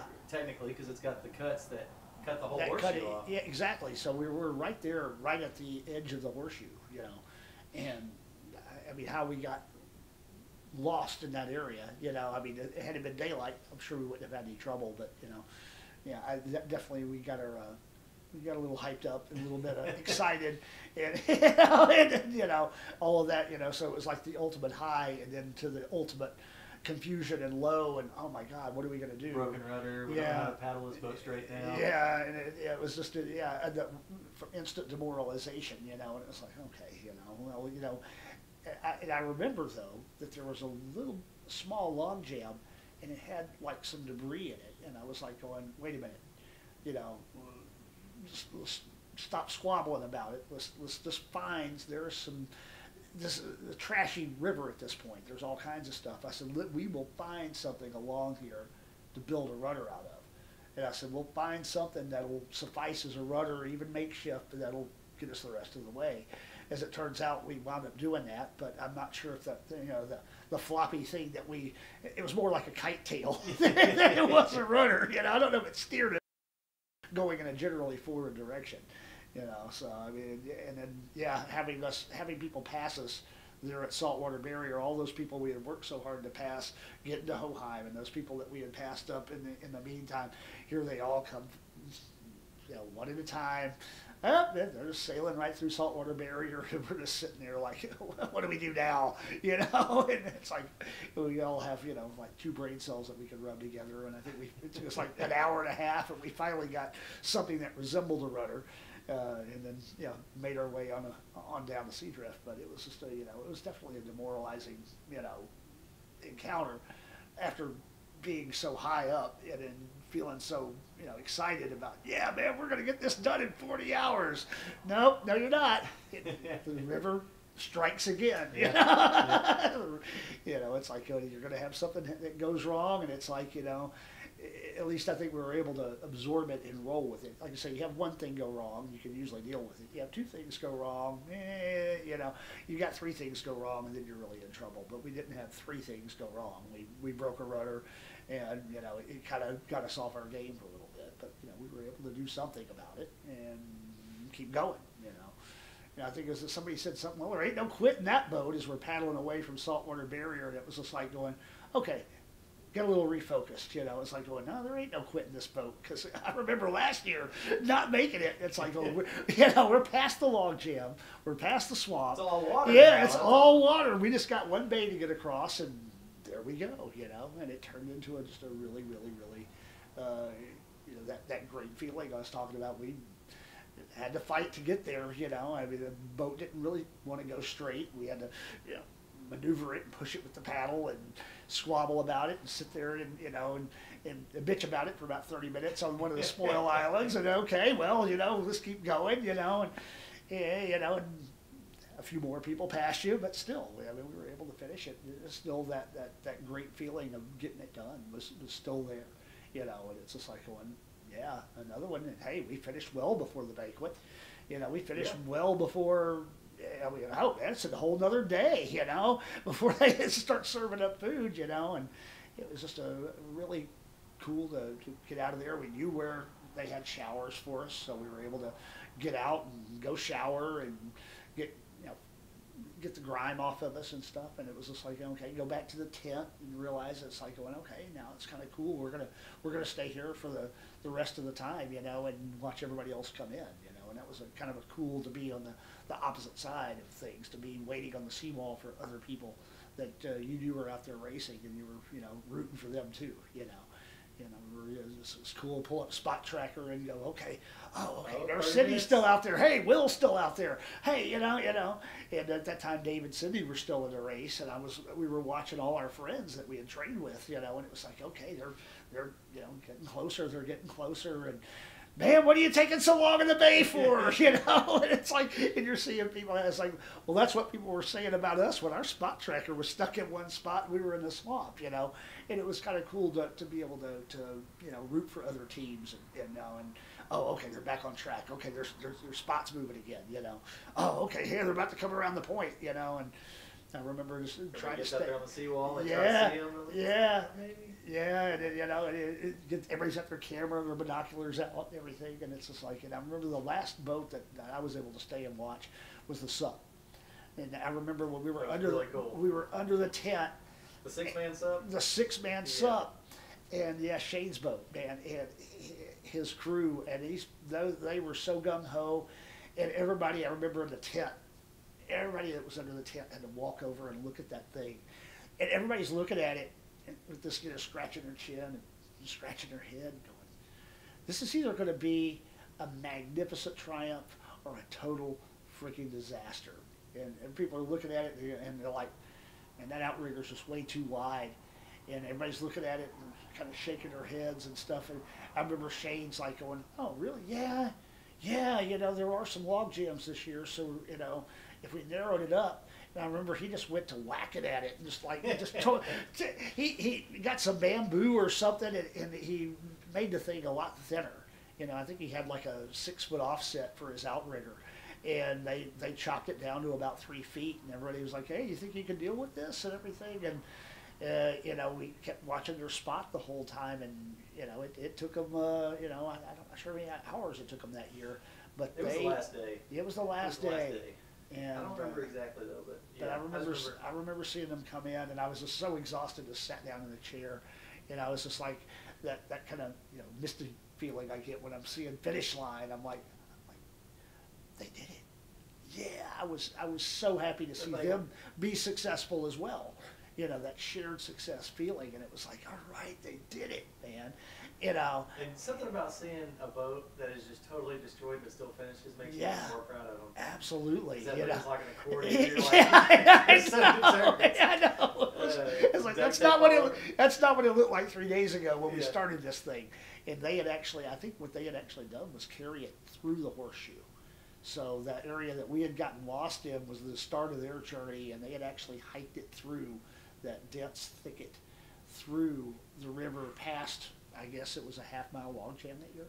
So they had dragged that thing through a pretty treacherous, you know, track to get it through. And obviously it showed. But you know, their determination, you know, overcame, and when they paddled up to the seawall, it was just like going, man, you know, the things that human beings can accomplish, and it was just a wonderful thing to see. You know, it's like yes, you know, you know, and you know, like I said, it's also it's handier to know it's like there's more than just a hose there at the flagpole to get clean with, and actually they've improved the facilities there. There's a little shower there now that you can just freshwater shower off with, but you know, it's you know, like I say, getting out of it and just not having to sit there and suffer or give me something to eat, you know, having a shower to go to, having something to you know, a warm bed if you can find one to crash out in, even if just for a few hours, knowing those the creature comforts that you can find at the end instead of, you know, running it completely blind. It's like going, oh, okay, you know, when you get to that finish, there's a little bit more than just a patch waiting on you. Is that, you know, oh, there's some comfort food, you know. James turned us on to Rockies, which is like, I'm not a big soup person, but the pho at Rockies is just badass, man. I love that place. It's just great food, and you know, so you know, you get some, you know, you're going to get there, you know, you're going to get some nourishment, you know, you're going to be, you know, have a sense of accomplishment. You know, it doesn't matter if you had that crowd or not, you know. And that would definitely take us to 2020, you know, the year of of toilet paper rationing and absolute madness, you know. And it's like going, okay, well, we're going to double the fun this year, and we're going to double as many people in the boat, and it didn't quite double the fun. But we beat everybody's estimate. When I look back on it, we really accomplished a lot of the goal. We finished. Okay, we kept track of the big goal. Yep, because honestly, to me, and probably a lot of people on the boat, felt like we were carrying the torch. Yeah. You know, it's got to be done. Yeah. Someone's got to do it every year. Yeah. And that's how, I'm not 100% sure, but I don't know if there's ever been a year since it started that it's been canceled. That it's been canceled and never done at all. Yeah. So that was the biggest thing to me. Yeah. Yeah, absolutely. I mean, it was a wonderful thing to do because, I mean, at the same time, yeah, I know. You put that much time, that much resources, all the training. I know you guys have a long trek to go down there to train on the course, you know, and I mean, it was just, there was so much put into it. And we were so amped after having a, you know, it's like, well, how do we cut our time in half? Well, let's put 3 more people in the boat and go for it. And we had, you know, a wonderful crew. I know we were cracking jokes and listening to stories that Brenda and James had from safaris way back when. And it's like going, you know, this is going to be an excellent year, you know. And then they said, oh, sorry, it's canceled. Well, I don't think so, you know. It's like, we're not going to put all this effort and all this time into it to say, oh, we're just not going to do it. You know, no is not an option at this point, you know. Too much money, time. Exactly, you know. People wanted to do it. Yeah. Absolutely. And it was, I mean, a wonderful learning experience. You know, you got this big, long boat, you know, and everybody was, you know, it was a big learning curve, because I mean it's a big boat, you know, and it's like going, you know, yeah, doing a 3-man, doing something a little bit longer, but this was a big step, you know, and I know that there were a lot of little private wagers going on, but I remember we'd just gotten past Staples, and Jay Daniel was down there paddling with a few other folks in some canoes, and I remember, you know, we were already like 2.5 hours into it or whatnot. And for some reason, everybody had the bet was on 55 hours. And he says, hey, just 53 more hours to go. And I was just like, in my mind, I'm like going, not quite 53. And we wound up coming in less than that, you know. 51 hours. 51, 34, 51 was the time. And it was, I think it was pretty cool because, you know, only 53 more hours to go. And we're all just, everybody's kind of rolling their eyes, you know. And it was just like, well, maybe not. We don't know at that point, you know. But, you know, I certainly hope not, you know. And I was just like thinking, no, it's going to be a little less than that. You know, it's like, you know, we got some bets to hit some markers on the way. And, you know, we didn't make all those, but, you know, at the same time, we had a good time trying. We came close, and we still came in under the 55-hour mark that a lot of people had pegged us at. We finished, so we kept track of the big picture, you know. And it was just great as, you know, we were going down. We had a couple of, you know, little everybody started having stomach problems, and everybody tells me, you hear horror stories about people with sour stomach, and this was the year for stuff. Three people or 4 people. Everybody had it. Everybody was sick at some point. I mean, it came and went for different people at different times, but a lot of people were, I mean, once you get that going, it's very hard to recover from it.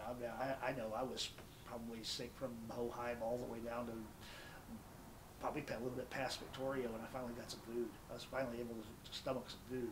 Yeah. And that was actually the best thing. You know, I tried to put Tums down on it and it didn't do anything. I tried a big swig of my Atlanta, and that was like drinking, you know, a bottle of Fireball or something. It was just like setting my intestines on fire, and it was like, oh my God, you know. And I started sitting there, and I had that hypochondria thing kicked in. I was asking Darren, I was like, hey man, have you ever had a hernia? Because I started having some pain in my lower abdomen that I wasn't too familiar with. And I'm like going, and he goes, well, you would know it if it was that. And I'm like going, I said, because I just did not know what this pain was, you know, and lower abdomen getting lower, and it was just not a good thing. And I'm like sitting there, oh my God, you know, and I started, my mind ran away with me. And it's like, going, oh man, I've got an ulcer, and you know, my stomach's going to burst, and I'm going to bleed to death internally from a bleeding ulcer. And then I started remembering, I was like, going, yeah, and you still have your feet, you know. 3 years later, you still got your feet. You know, you're going to be fine. Just you know, chill it, you know, in my head. But there was, you know, it was definitely the toughest thing to overcome, because you know, we were all inside our heads. We didn't have any competition, and that, I think, was the hardest thing, in addition to having sour stomach. It's like greyhounds chasing the rabbit. Yeah. Like you didn't have that rabbit in front of you. Yeah. And I mean, you still wanted to do, it's exactly what you said. You still want to do as good as you possibly can. Mm-hmm. There's just something about having that person in front of you that's that motivation. Yeah. You know. Yeah. And plus the sour stomachs. Dude, it was like a water fountain with me. I really was convinced at one point, I was like, I can just wash all this out of my stomach. Yeah. So I'm just going to guzzle as much as I could drink. Yeah. Throw all that out, Yeah. and then I'll be good. It didn't work that way. Yeah. But everything I drank for a long time, it came out. Yeah. Yeah. I mean, everybody was having some sort of. There was something. I don't remember. It was like chicken. I think that's what it was. It was like Dairy Queen chicken or something.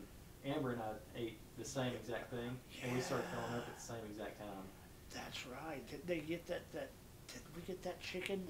I don't remember where it was from though. At Palmetto, we got that chicken. Yeah. I don't remember what. I don't know if it was Dairy Queen or if it was. I want to say I mean, it was chicken tenders from somewhere. Mm-hmm. With gravy, and they had all that Yeah, stuff. We just ate the chicken and. Yeah. Man. I don't know, man. I think that's what did Amber and I in. That may have been it. That may have been it. I mean, you never can put a pinpoint on it, because I mean, your hose, so much. And your hose drags in the water, you know, and you're getting in and out of the boat, and you know, you're walking over stuff. So I mean, you're going to get drips and stuff of river water and stuff. I mean, no telling what, you know, microorganism you're going to get with every sip of your hydration, you know.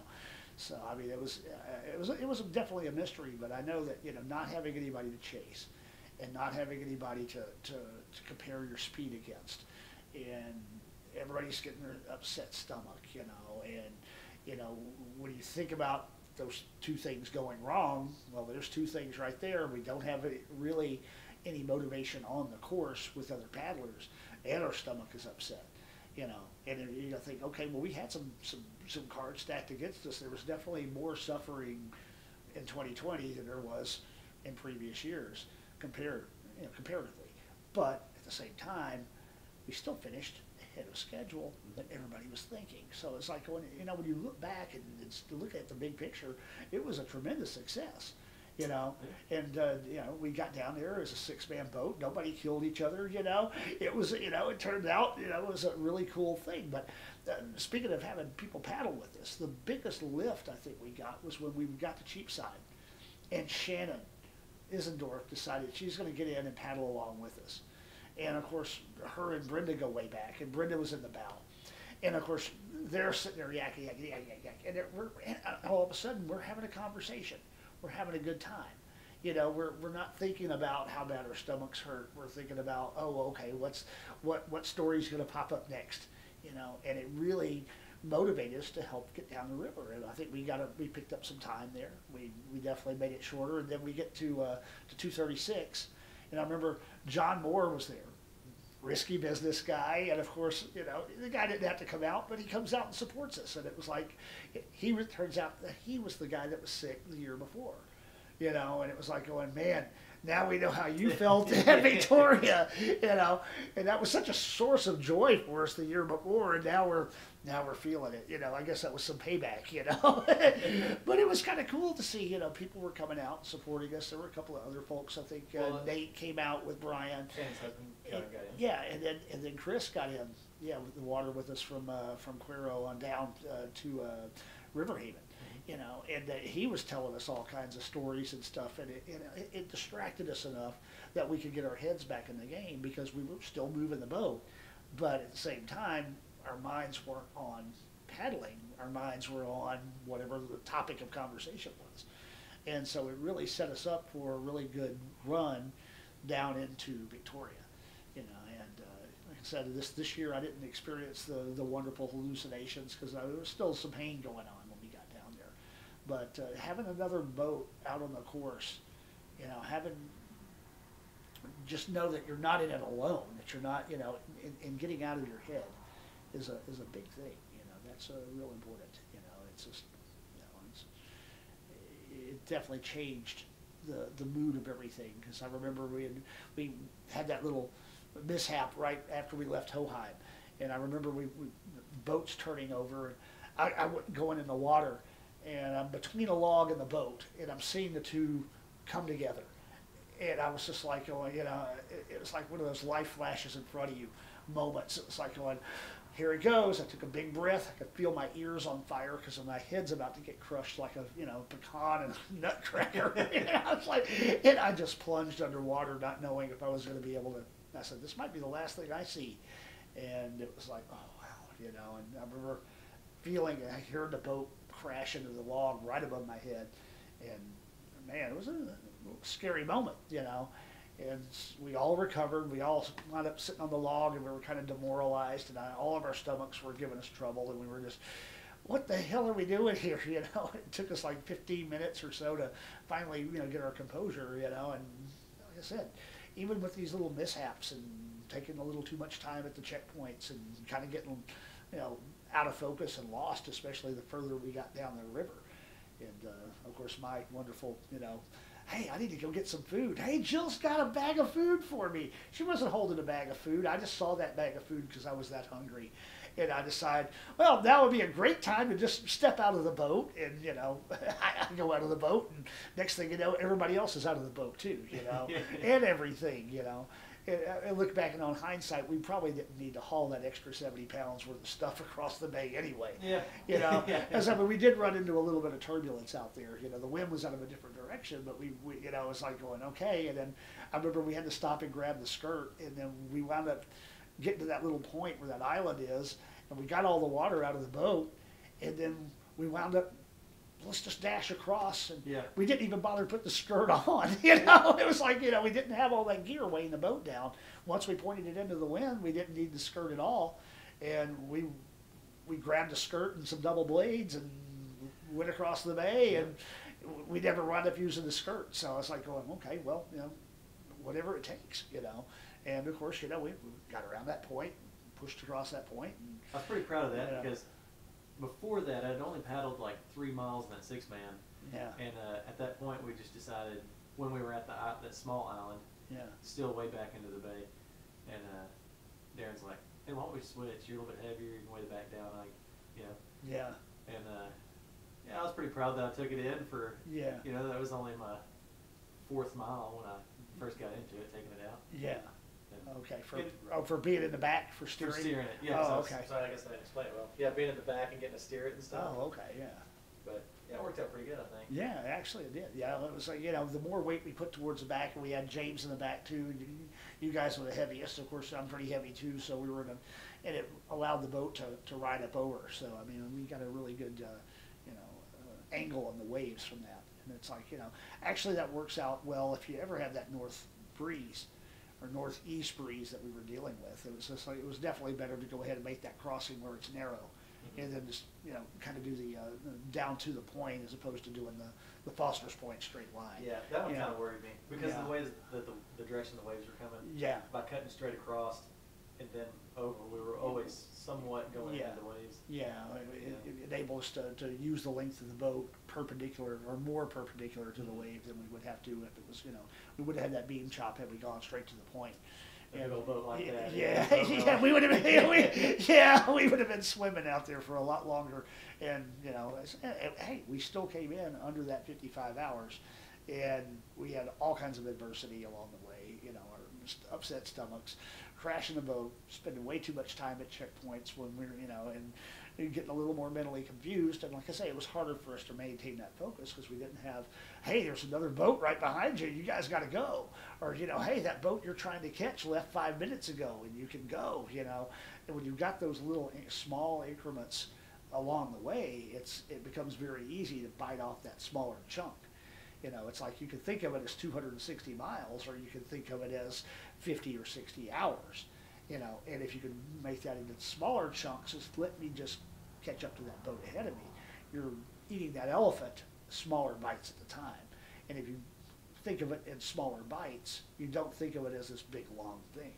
You are able to compartmentalize. It keeps your mind and keep your mind focused on the simplest next right thing, which is catch the boat in front of you or stay ahead of the boat behind you. And that was something that we just didn't have. So we had that adversity, we had the upset stomach. So it just added up into so many things, and we still finished in a really good time. And hey, we're the only boat out there, so we won automatically.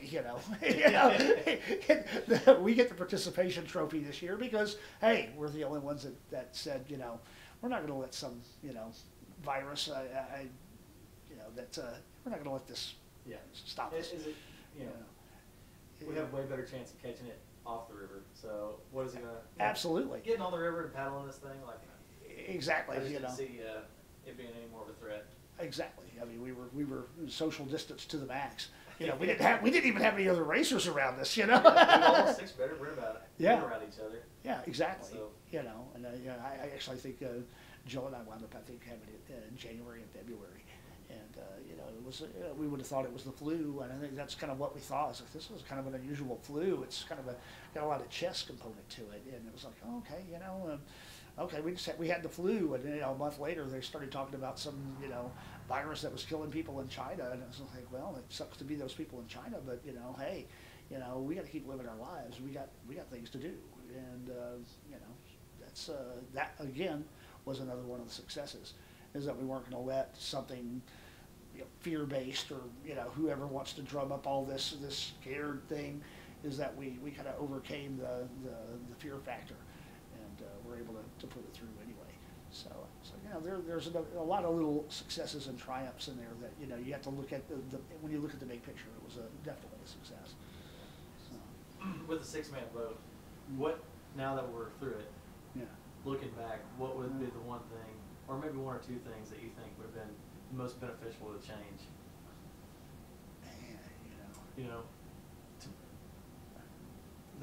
What I'd found, and I don't know the exact answer, I guess, but I guess what I'd found is like the management of everything, because when you have a 3-man or 2-man boat, your time management's much easier on things than it is with a 6-man boat. Yeah, definitely. Yeah. Because it has to be just so much more precise. Like, okay, this one person needs to go down at just this one time, so the other 5 can carry them. Yeah. I mean, when you only got 2 or 3, it's a lot easier to communicate. It's a lot easier to keep people on task, on focus. It's easier for everybody to realize this person's going down. In a 3-man boat, in a 6-man boat, someone might be falling apart, and it's hard to even notice. Yeah. But then it's dragging you down. That's just kind of what I thought. Yeah, I of course I always look at it and say, any weight that we could have lost in there is everything becomes critical, because everything is times 6, and you realize every little ounce that you carry as a paddler, it matters that much more, because everything is times 6, and you see what are small things that you wouldn't think about in a solo or a 2-man or a 3-man all of a sudden become bigger factors when you've got 6 of everything. And I know that we definitely could have done a whole lot better job of time management at the checkpoints. You know, we were definitely losing focus, and I think everybody kind of wanted to do their own little thing at the checkpoint, especially once everybody started feeling bad, and it just, you know, it was definitely hard to stay focused. And, you know, we got it always like trying to herd cats kind of thing, you know, and it was just like going, yeah, that was definitely, our heads were not in the game as much as they would have been had we had that competition factor. So I think that little bit of lack of focus, these little small things that were just added up to longer time delays. The small things hide, to me, hide so much easier amongst 6 people than it does 3 of them. Yeah. Or 2, or like a tandem, or when we're in 3. The small things were easier to identify. Yeah. You know. Yeah. Whereas the small things with that. Yeah. You know. Basically, the person in the front can't communicate with the person in the back. You're so far apart, the communication is just hard. Yeah, it is. Unless it's just a straight yell. There you go. It is very difficult to communicate. The best story of the whole thing, which was when we came to that first log jam, which was, you know, we get up and James and I are in the front and we're like up on this log and we're scratching our heads. Oh, how do we get around this? Okay, well, you know, there was another 30 feet of logs that were still bound up behind this one big one, and they were not really tightly bound, but it was still like a log jam that was almost as long as the boat. And we're like, well, how are we going to get around this, you know? And there's kind of a path there. We're figuring it. I remember Darren's in the back just screaming, why don't we just jump it like the Dukes of Hazzard? Just throw this boat over it. And of course, from his position, it looked like it was not that big a deal because, I mean, the log was a foot out of the water, but when you're 40 feet back, it only looks like it's 3 inches high. Like we can just jump it. It's like, no, we're not going to be able to jump this. And so we're up there, and him screaming got Amber frustrated, and then Amber's like, the hell with this, we're going to do something. And she got up, and it literally was almost falling off the log, and that's when James caught her, you know, her PFD. Yeah. And she's just, her face like stopped. It was like that scene, it was at Mission Impossible when, you know, Tom Cruise hangs down. She just like stopped like 2 feet off of the logs. Good thing it wasn't me he was trying to catch, because I bounced off that log. James caught her PFD, and she was hanging, and they realized, okay, she's not in the water, and James wasn't in the water, and she was kind of swinging around, and then she realized, I can reach out here, and she started chunking chunks of log, and it cleared enough of a path that we had a place to put the boat downstream. And it was just seeing her, the human cherry picker, you know, thing. And I remember we all started laughing at that point because she was so frustrated. She was like, her frustration alone could push the boat through the thing. And she's just flinging logs and flinging everything. And then we finally were able to, okay, we got a spot we can put the boat. And then we finally got the boat over it, you know, but that was just something I remember we were laughing, and we were also kind of a jaws agape, like, oh my God, this little girl, you know, look at her, you know, she's just going for it, you know. And, you know, and the fact that, you know, she's had the most energy, being the, you know, the smallest, lightest person in the boat, she had that agility and a lot of strength to it. And like I said, she brought it, you know, and that was just a great thing to see. It was like, all right, you know, it's not something you would ever expect to see in a log jam. And much less, you know, we're down there, we're tired, all our stomachs are upset, and we're laughing about it. And it's like, well, wait a minute, we're in a log jam and we're laughing about it. You know, yeah, we're crazy. You know, and, you know, that was just one of those small successes, you know. It's like, you know, it's just a puzzle with so many pieces to it that you really can't, you know, I mean, I can sit here and tell a story about it, but to live it is even more great thing to see, you know. And I remember we got through that one, then we got through the filthy log jam, which was, yeah, one log in the horseshoe, yeah, that had all the flotsam and stuff jammed up behind it. That was, you know, a wonderful, you know, trash compactor kind of swim. and everybody got got a chance to take a bath, you know. And then we had the third jam, which was we're just going to push this thing over what is actually land at this point, you know. It's like I think like growing grass. Yeah, it was like, okay, wait a minute, no, it's just not solid enough to stand on, but it might as well be something solid, yeah, because the plants were growing. And it was like only 15 feet, but it's like, you know, we're gonna paddle this over land, you know. So, but, you know, we got through it, and we still got through it in a lot less time than people expected us to, and with upset stomachs, and with nobody else there to push us, you know. When you look at the big picture, yeah, it was a great success, you know, considering the race was canceled and we didn't let that stop us, you know, and we finished. And it's like, hey, you know, 2020 is definitely, you know, crazy year, so hey, it took 6 crazy people to do it, and the best bank crew in Texas, we can't leave them out. That's true. Best bank crew in Texas, you know.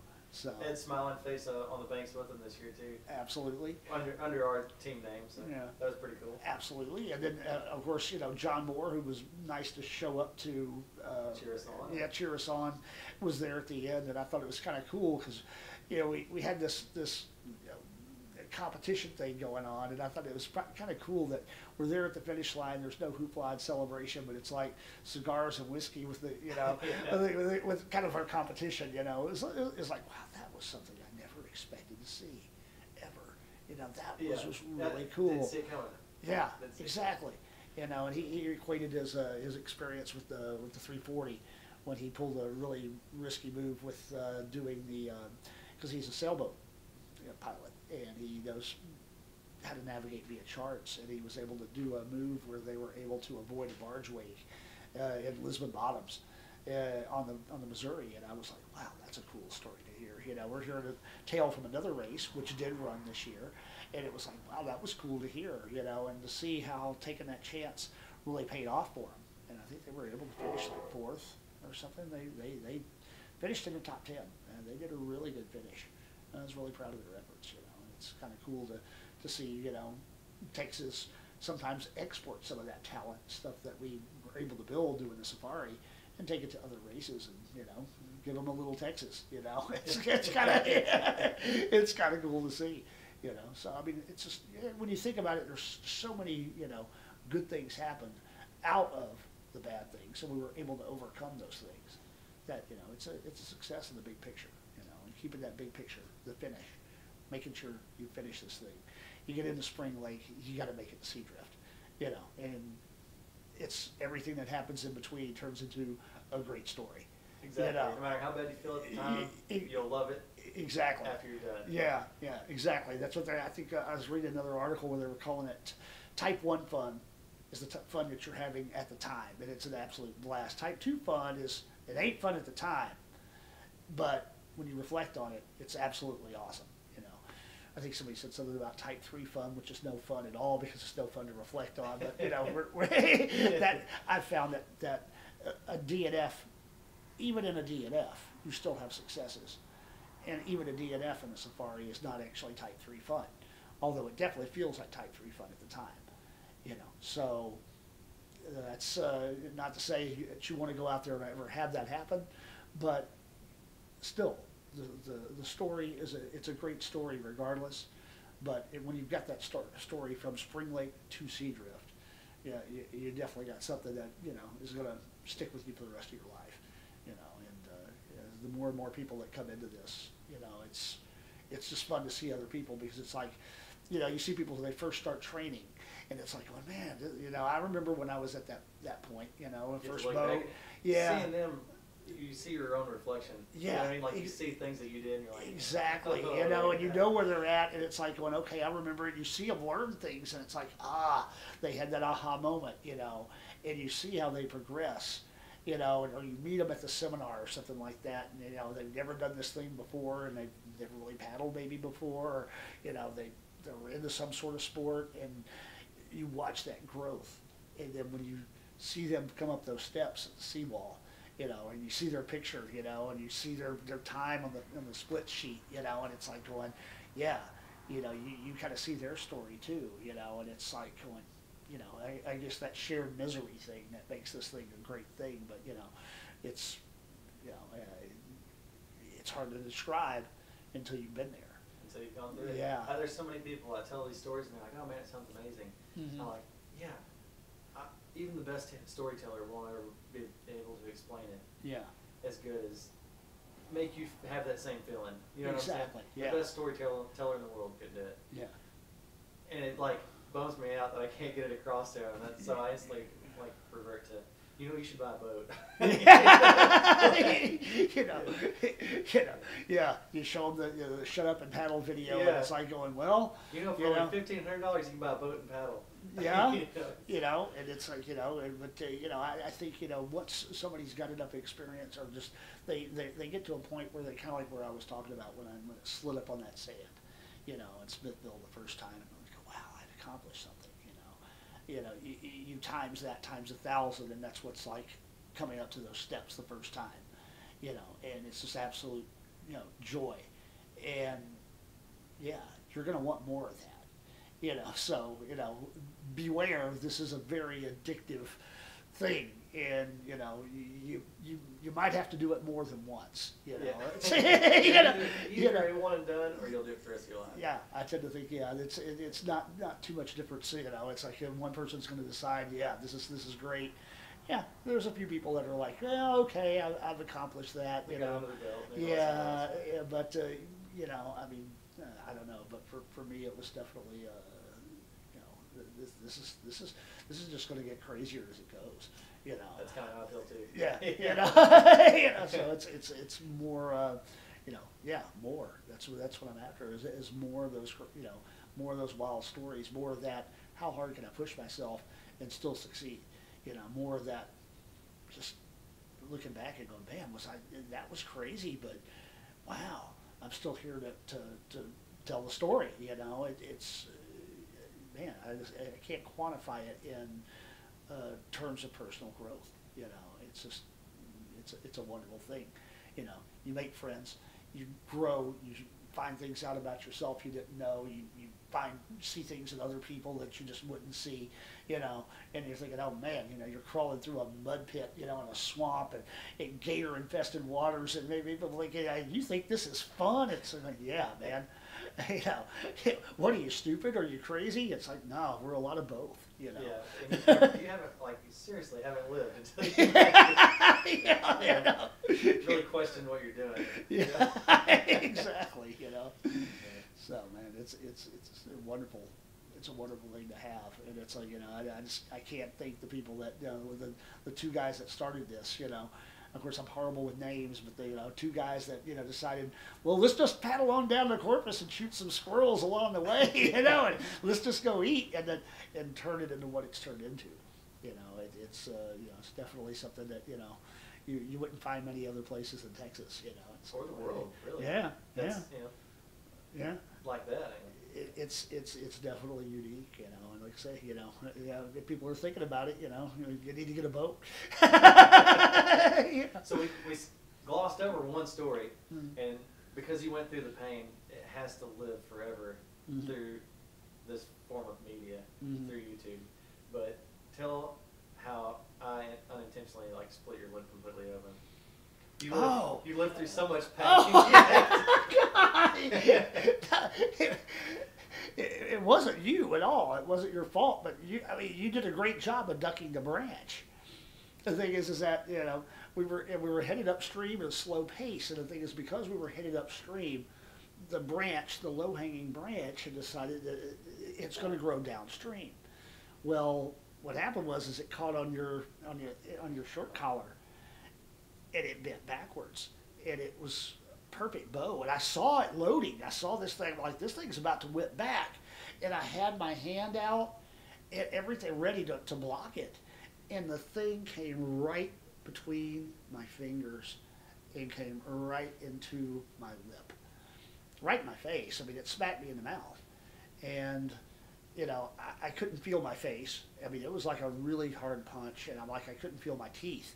I was for certain that my teeth were gone.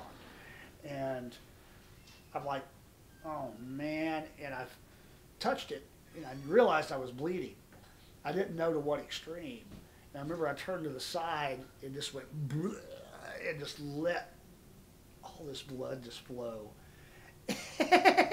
It was like a scene from Jaws. I remember, the guy, blood coming out of his mouth in Jaws, and Darren's like, "Oh shit," Yeah, we were a hot 3 minutes into our battle. Yeah, we were. Yeah, no, we just went upstream, and we were at that. I'm not sure. It's Ocarina Bridge. I think we had just gone under the bridge, and we were looking at the dam because we wanted to look at how we were going to get out of Spring Lake.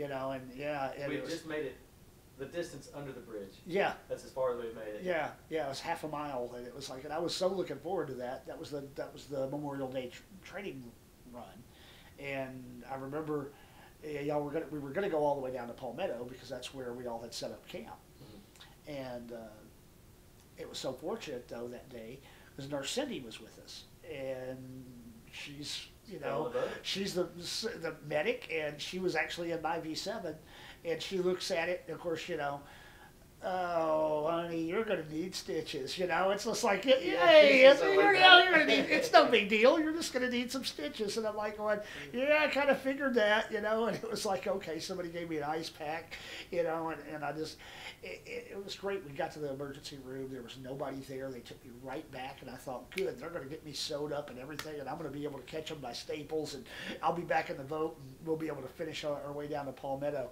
And about 5 minutes after I got taken back into the ER, we hear code red or something, code blue or something, and there had been a really bad accident on I-35, and they were bringing the people to the hospital, and they were like, ETA 8 minutes, and all the medical staff just disappeared, just vanished for like 3 hours because they were tending to some people that were obviously much more critically injured than I was with my lip. They gave me something for the pain or something, but it had worked, and that actual first pill they had given me for the pain was actually starting to wear off, and I'm like going, hey, can I get another one of those if I'm going to have to wait? Oh, we're so sorry. And I'm like going, I said, no problem. I said, if you got somebody there that's bleeding to death, take care of them. I'm okay. I'm stable. And so it's no problem. They gave me another Norco or something, and I was back off into a happy land until for another hour or so, and then she finally came up, and she gave me a lot. I said, you're going to have to give me a lot of I guess lidocaine or whatever so she could put the stitches in. And I said, I'm going to need a lot of that. I said, I've had a lot of oral surgery and so forth, and I said, I'm going to need a lot of that stuff. And so she was very generous with the lidocaine and I'm like, I can feel that, And even when it got pretty numb, I'm still like, ow, give me a little more, And she had me nice and numb, and she put the sheet over me and over my eyes and stuff so I couldn't watch. And I was just like, going, okay, well, I can't feel it at all now, and I'm just gonna sit back and close my eyes. And she's like, oh, you're being such a good patient. And I was just like, making all these like soothing noises, like, oh, thank you, But I'm like going, you know what? I want to go get back in the boat this whole time. I don't care, And I think I met y'all at Fentress or whatnot, and it was like sitting on the rock and y'all paddling into Fentress because y'all still had the spot tracker. So we were able to see right where you were at. It's like, let's go catch them, let's go catch them. And I was ready to go jump in the boat. And Nurse Cindy's like going, no. Yeah, river water in an open wound. Yeah, no river water in an open wound. That's just, honey, that gets infected. You're going to have, then you're going to have problems, And I didn't realize, my lip is like, 3 times the size it normally is, and I was dribbling blood, and I'm like going, I don't care, I want to paddle, I remember the panic of like, oh shit, I gotta call Jill. This is gonna be the worst. She's gonna be so mad at us. No, she's never gonna let her husband do safari with us. It was actually I heard it was Nurse Cindy. She called. Yeah. She's like, Jill. Yeah, don't freak out. Yeah. That's the worst thing to say. Okay. He hurt himself. He's going to need to go get stitches, and it's like, oh great, And everybody's like, where's the hospital? Where's the hospital? It's just like, Kyle, it's over in Kyle. Just take me there. I was. Yes, I was in pain, but I was bummed that I got to miss out on the paddle. I was so looking forward to.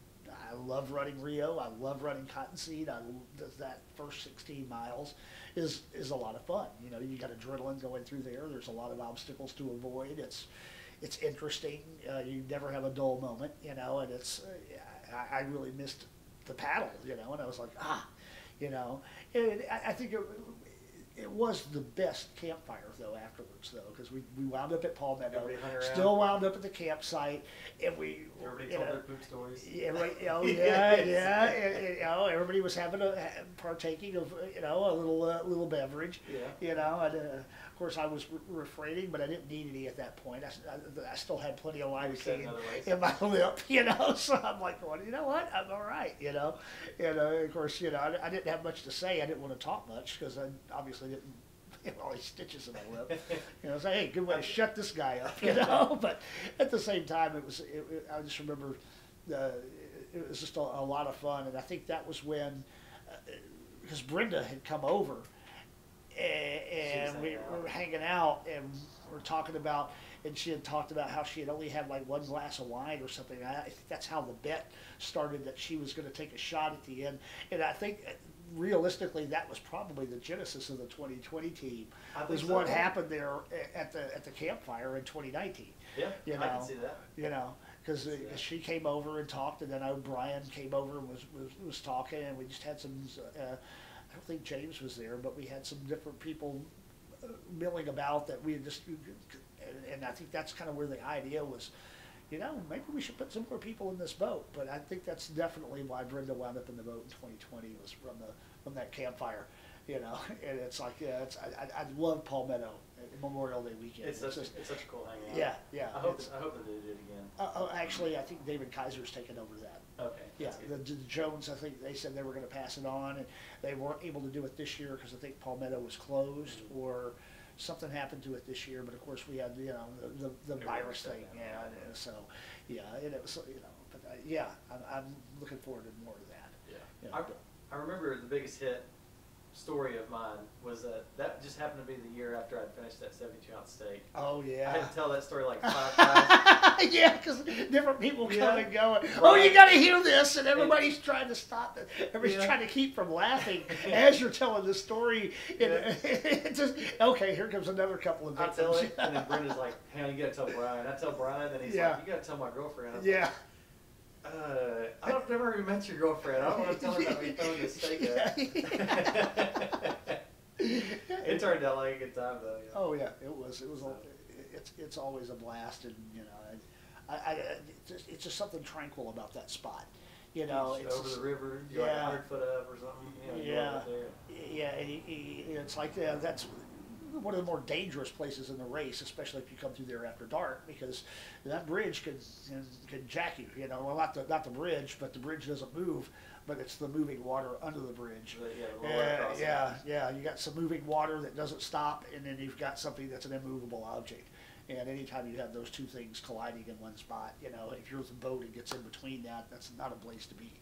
And I'm always a little bit, you know, when we're coming around that turn, you know, it's like, okay, this is manageable, but still, you know, you're definitely, your concentration is enhanced, because it's like, well, this could be dangerous if you're not on top of your game, you know. So, but you know, you get that exciting portion of being in the river, but then, you know, when you're just on the bank and stuff, it's just you hear that water over the rocks and the babble under the bridge, and it's just like, you know, it's a great place to, you know, once you're done with stories and the fire's dying out, it's like going, okay, and you get a good night's sleep, you know, and it's just like you're right there with the, you know, with nature, which is, you know, something you're going to have to cooperate with if you're going to get the race done, you know, and it's always good to see it in the daylight in the race, you know, if you get there before it gets dark, you're doing really good.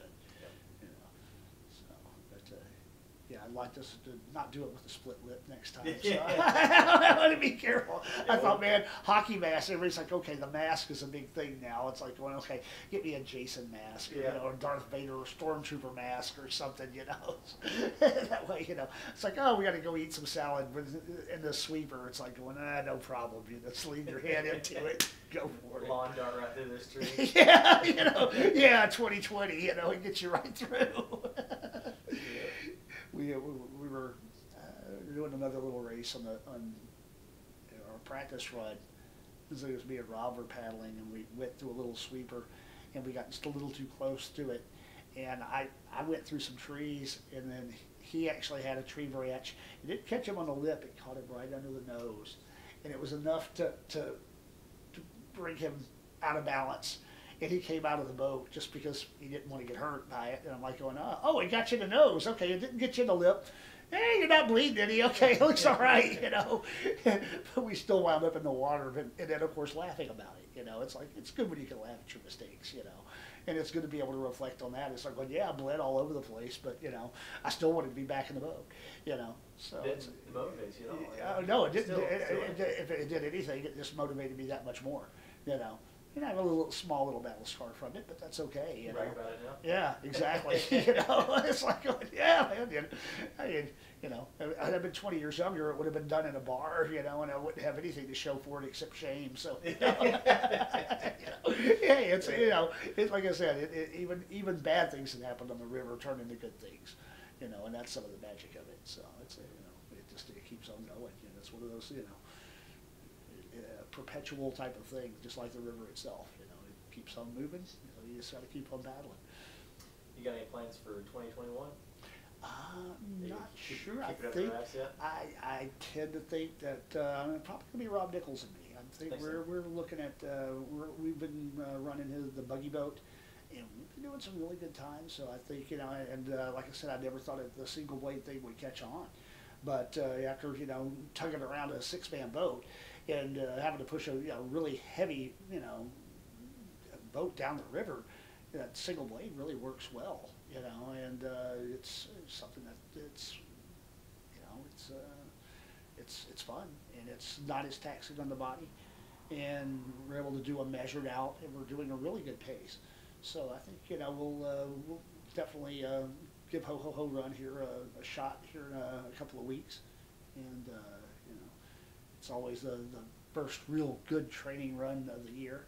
And just see what kind of thing happens, you know, and transpires. But we've been paddling the boat really well, and cool. It's looking good. So, you know, I never thought, you know, I'd move from kayak to canoe, but, you know, it's a lot of people starting aluminum and then move to progressively faster boats. I know y'all started out in aluminum, and now you'll be at a Spencer, you know. So it's kind of interesting that you didn't take different paths. But that's the thing is that there's so many different disciplines, you know, so many different types of boats, the different classes to race in.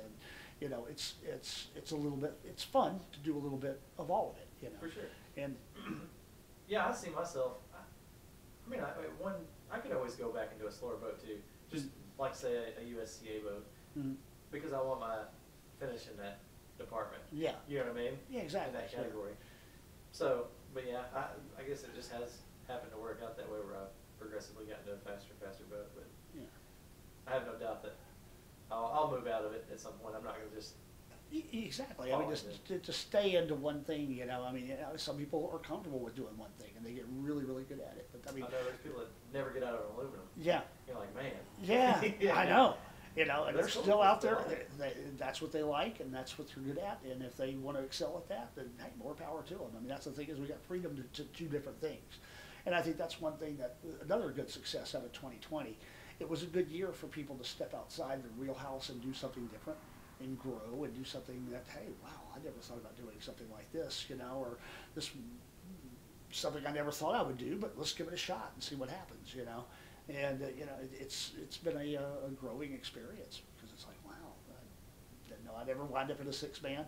I was looking at 6-man boats, you know, in 2017, 3 years ago, going, man, those guys got to be, you know, what does it take to do that, you know? And now that I've done it, you know, it's like, oh wow, that's cool, you know. Yeah, now I want to do something with a little bit more of a maneuverable boat, but I like being on a team. I like, you know, paddling with other people. You have someone else to motivate you.